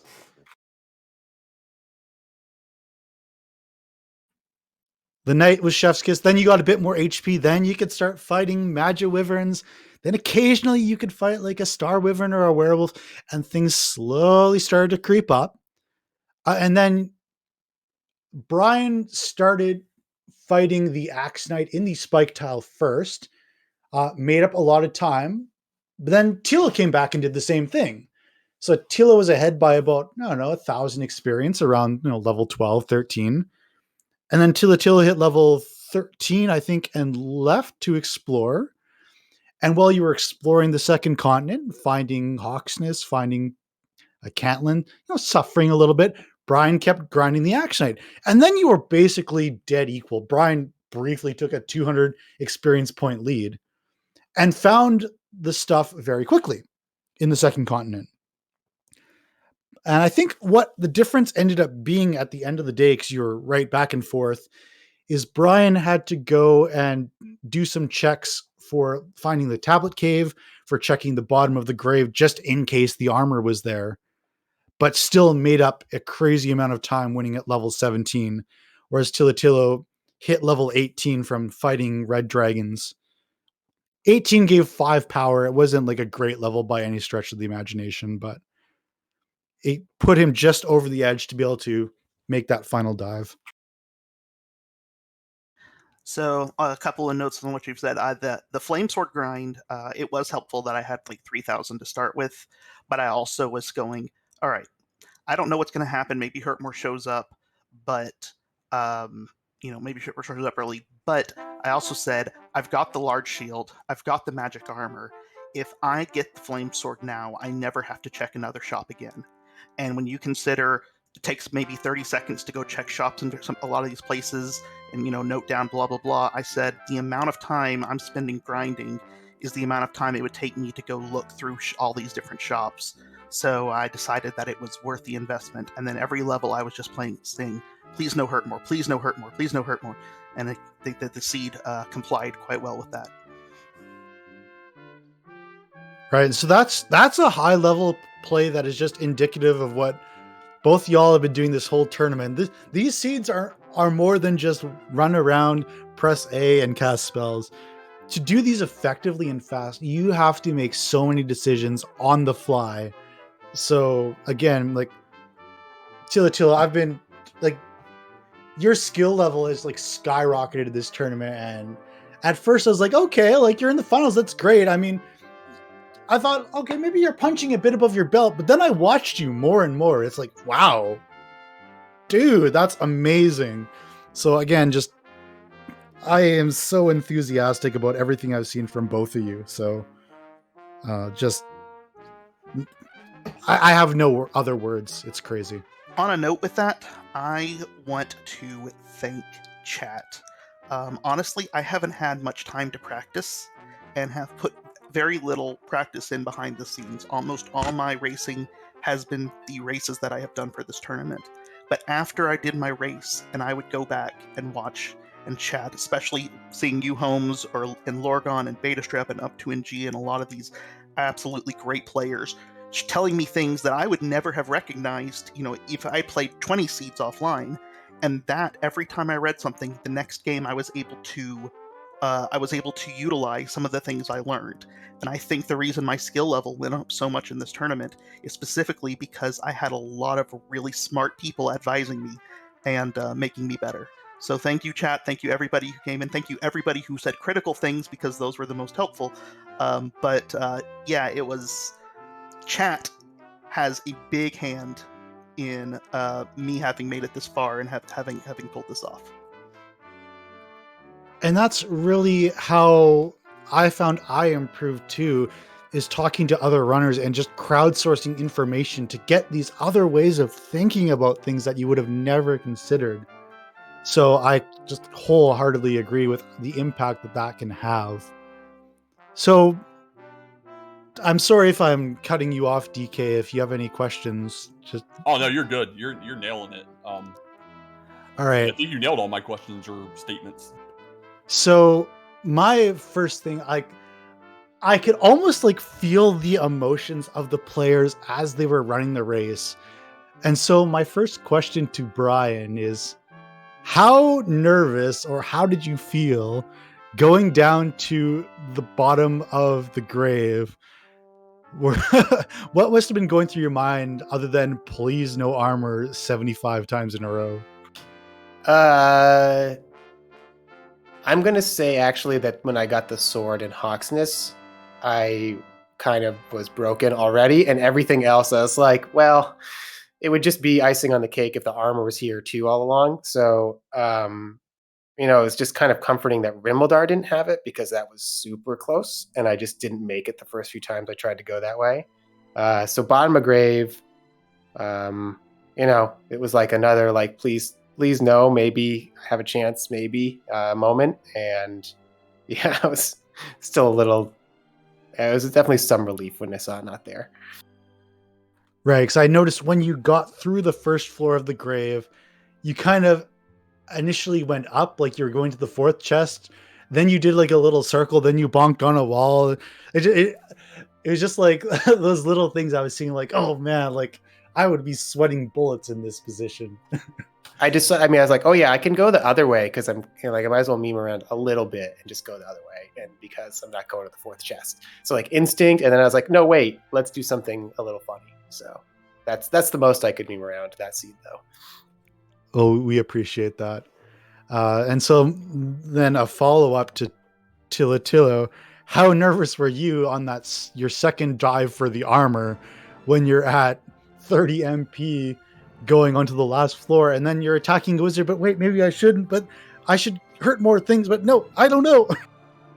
Yeah, there was a lot of okay, what do I'm getting close. It was, for me, it was like, let's get to the third floor, because once we got there, everything was supposed to be easy. Apparently it was not, but that's one of those things when I talk about these decisions on whether to go judges or first or whatever. It's but I also, I gotten about midway through that second floor and I was like, there ain't any way I'm pulling anything off here, so let's just start killing stuff.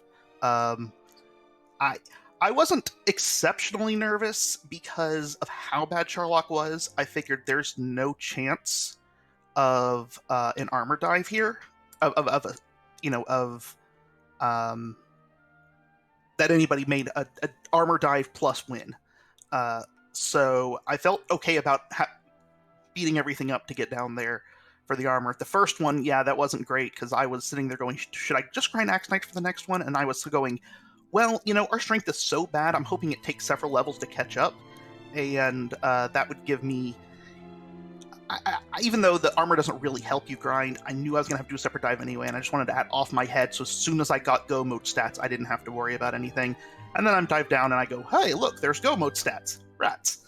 So, left, and then realized I shouldn't have. I'll note about the grave, actually. The grave and the mountain. I went back to go to the bottom of the grave. I went back to one orphan chest in the mountain early on. And the reason I did that, I ordinarily wouldn't, because those aren't high efficiency plays, but it was because I'd gotten enough HP when I hit level 8, not whatever the 600 level is. I'd gotten that last little bit of extra HP I needed to kill Star Wyverns, and they were all over the place in those two. And so I was like, this is the best place to grind. So let's go ahead and get those chests in the process. Yeah, that was the nice thing. Like, you couldn't repel much, but you could still fight stuff in there, so it was all right. But yeah, just to finish off this part of the conversation, I was more nervous for you when you got into zone 3 of Sherlock going for the armor, and you only had 32 MP left because Brian was just sitting there hurt-mooring Axe Knights. And it was like, you got to get the armor. Like, if there are red dragons here, because we didn't know that yet. Oh man, I was just like, I was beside myself, like, please get down there. Yeah. Once we started swinging at everything, it didn't, I would have to take a few red dragons to get me, but yeah, as soon as you walk in, you count, okay, Stoneman, there's 1. All right, Blue Dragon, there's 2. Okay, Wizard, there's 3. All right, let's keep this pattern going. And but yeah, it was nice to get there. I thought there'd be another herb in there. All the towns are so far away, I was never going to fill up on herbs, so I was just hoping to get a few more from the treasury than just the 1, but well. At the end, I was definitely nervous my last dive in Charlock, but when I got to the basement, I said, okay, one way or another, the audience was entertained here. If I lose now, so be it, For my big thing was I wanted this to get to Game 3, and Games 1 and 2, I felt like both of us have played phenomenally. And I just wanted to have us both play really well again for, finals level play, and I was like, well, at least now, I actually calmed down a little bit at that last floor because I was like, well, at least I've acquitted myself well, even if I don't win. But obviously, things worked out. Then I was terrified we were going to end up going into overtime even because I was staring at that screen from the time I started the Dragon Lord fight until it was over. Oh, I've been there. The worst is when you walk into Tanagel Castle and it's like, please don't finish, please don't finish, please don't finish. Oh, man. So, I'm just trying to think, like, there's so many things to say. Like, it was so fun seeing all the chaos that was happening with these terrible levels and no hurt mores and only 3 spells at like level 11. And then we're hypothesizing, like, what could you do? Like, maybe you could sit at the axe, or maybe you could do this thing. And then all of a sudden you guys did it. It was just like, oh man, they are playing at like the top level. It was so much fun to watch. And just, y'all got to watch the restream of this. You should all be so proud. Yeah, I've got to echo Mr. Holmes' sentiments here. You both ran some fantastic races, even prior to today. But today's race, especially, you both brought it. You both were clearly here because you earned it. You both are fantastic runners, and it was a pleasure to watch this race and commentate this race. It was fantastic from start to finish.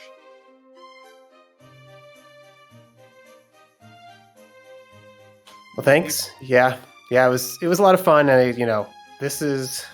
It's a tough race to lose, but I won a lot of races I didn't think I would win. So I'm going to try to focus on the fact that, I didn't think I would get anywhere near here, and I'm really happy to have gotten this far. And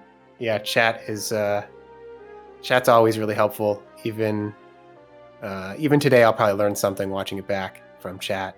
But yeah, thanks again, and congrats again on the win, Tilo. Thank you. Yeah, DK, Mr. Holmes, thank you guys so much for agreeing to do this. We thought it would be appropriate if it made it to Game 3 to have former champs calm these races, and I was very happy that you guys were both available to do this, because I'm sure the comms are going to be great and going to be a great part of watching this back. And I'm great when I went to sleep at 4 a.m. that I actually looked that it was a noon start. All right. But yeah, so again, just to talk to Brian from a personal level, like, you say you never thought you would make it this far in the tournament, or I was talking to other like top runners, and they were saying like, I'm not surprised Brian made it this far. That is the general sentiment from this community. Like, I am not surprised that Brian beat Angel. I'm not surprised Brian beat this. Like, you are held in such high regard in this community that I want you to not forget that. Like, your play in all of these races showed exactly why you made it this far. It's not because you got lucky. It's because you were a gangster. So good on you.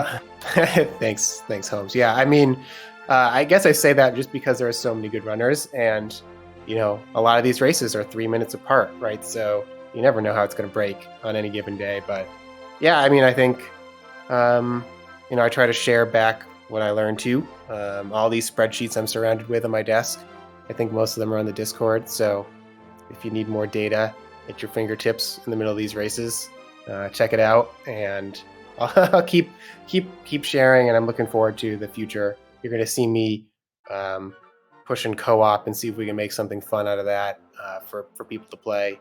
So yeah, there's still more to get out of this. Yeah, Archfield, let's go. That co-op mode is amazing. So much fun. But yeah, shout outs to anyone who's thinking about getting into this community. You all know that any of the people on the comms in the race will be here to help you every step of the way. There's a new alpha being developed. Like, the randomizer is continually evolving with new features. It is not stagnant by any stretch of the imagination. It is wonderfully programmed by McGrew. There is a great support team helping develop it, of which Brian is definitely part of. And I'm sorry for not mentioning all the other people. I don't know who they all are, but they exist. So shout outs to those people I have not named as well. I mean, we got the support of RPG Limit Break for this. We got the support of Randomania for this. It's just such a wonderful support network. We got all these volunteers. We have not had trouble finding volunteers for the most part in this tournament. I say we, but all the organizers, who obviously deserve the most thanks. So that the community is strong. We are here to support anybody who wants to learn more about this, and just give everybody a follow. Let's make this blow up even more. Very well said, Mr. Holmes. Hello, everybody. Archfield Monk here, one of your DWR administrators, and I just want to take a minute to talk to everybody and let you know, echo a lot of the sentiments Mr. Holmes just mentioned. First of all, thank you, Mr. Holmes and DK, for showing up for this one. It was great commentary and a fantastic final.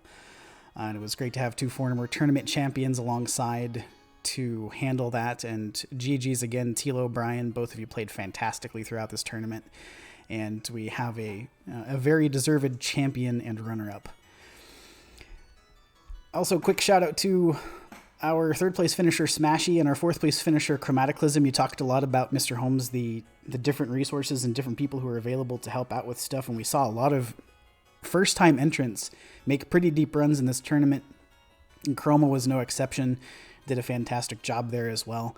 But I do just, on behalf of the admin team, I want to take a minute to thank everybody behind the scenes who's involved with putting on these races, starting with our host channels, RPG Limit Break and the Randomania family of networks. I also want to give a quick shout out to someone who goes too often unshouted out, our great layout designer and tracker designer over there at Randomania, Captain Uhu. He's done most of the work on that excellent tracker you see on screen, and it gives us such excellent, just rich context for describing all the action that's taking place in these races. So I want to mention him specifically. I also want to just thank all of our tournament volunteers again. I was given so much time to getting these races broadcast. By my count, which may or may not be accurate, we had 170 races over the course of this 9-week summer tournament. And of those 170, there was one that the racers opted not to have restreamed. And the other 169, all of them got on the air, virtually all of those live. Nice. With the exception of a few vodcasts. It was fantastic. But all of those, check it out, 12 different restreamers. So there's a lot of people doing a lot of heavy lifting behind the scenes. We had 26 trackers and 42 different commentators helping out on these broadcasts. You're all going to get specific thanks from me in Discord a little bit later on, but I just wanted to take a moment now during the broadcast to mention the fine efforts of those individuals. And I want to thank my fellow administrators, Angel FM, brianwilliams42, cyberdark86, High Spirits, and zarnax42 for not only all of their hard work, but also for having to put up with me, because that's a job in and of itself. Really quickly, two things I want to plug before we get out of here.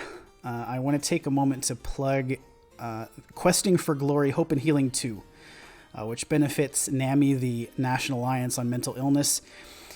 That's rapidly approaching. It starts on November 8th and runs through November 14th. If you're looking for more action here on RPG Limit Break, you can find that right here. And if you're specifically looking for some more Dragon Warrior Randomizer, you can find a Tiebreaker Flags mini tournament on Wednesday, November 10th at 9:50 p.m. Eastern. That will feature our newly crowned champion, Thilotilo, as well as Angel FM, Diabetes II, Gwel35, Naminva, Ryguy, and Z-Man, and Archfield Monk. That's me. I'm in that? Oh no, boo. Boo that guy. I'm going to, before I forget, QFG, Wells is posting the schedule to that. I also have specifically the Hope and Healing 2 schedule right here. So all of the info that you need there. Sorry, you went silent for a second, buddy? Yeah, sorry, I wasn't pushing my push to talk, so they were getting me on stream side and you weren't hearing me back here. So that event, please look out for that coming up in just a couple of weeks. Also on tap in the coming weeks in the DWR community is the Super Speedrun. I know we're working behind the scenes on that, and that usually kind of wraps up the summer tournament season, where we could put together the vanilla game in a much, much faster format and have a race of that. It's a lot of fun. For more information on that, you should hit the DWR Discord, and maybe some gentle person in chat will post the link one more time to that DWR Discord. Also got some other stuff coming up soon, too. Other things secretly in the works. Brian mentioned some co-op stuff. If you haven't hit the Discord and tried out co-op mode yet, you really should. It's especially fun to play antagonistically, which is what I'm best at. So, quick question. Is there a set time for the Super Speedrun race? There is not a scheduled time yet. It would normally fall when we usually schedule it, is Halloween. So we're kind of looking at different times for that, probably. The return of the weeklies should be happening too, so keep an eye out for that as well. DWR Seeds of the Week are back in full swing, so there's plenty of stuff happening. But yeah, Zarnax mentioning in chat, Super Speedrun possibly next Sunday if Halloween isn't too big a deterrent, but we of course want to get some big turnout for that and get the ROM in the field and that kind of thing too, so be on the lookout for that. I think that's about all I had to say. Anybody else? Brian, DK, Mr. Holmes, Tilo, anything else to add there? I also want to give a specific shout out to our admins, Archfield Monk, Brian Williams, Angel is attorney admin, Cyberdark, High Spirits, and Zarnax. They are all not only awesome people, but awesome administrators. Great job at putting the tournament together. Especially you, Archfield. I know I have pestered you and annoyed you so much over the last several weeks, and I appreciate you putting up with that. But as a former admin, I know how much hard work goes behind the scenes to make something like this happen, and I'm just very grateful to all of you for your efforts. And I want to make sure that I wanted to make sure to let you guys know that. Well, thanks so much for that. Anybody else? Floor is open. If not, I think what I'm going to do is send it over to one of our commentators here from the Grand Finals. Velu V has started a playthrough of Final Fantasy 13, so that seems like a great place to send it here. He's a great guy. You should go check out his stream. We'll get that raid going. So on behalf of all of us over here in the DWR community, thanks everybody for watching, and we will see you very soon. Take care all.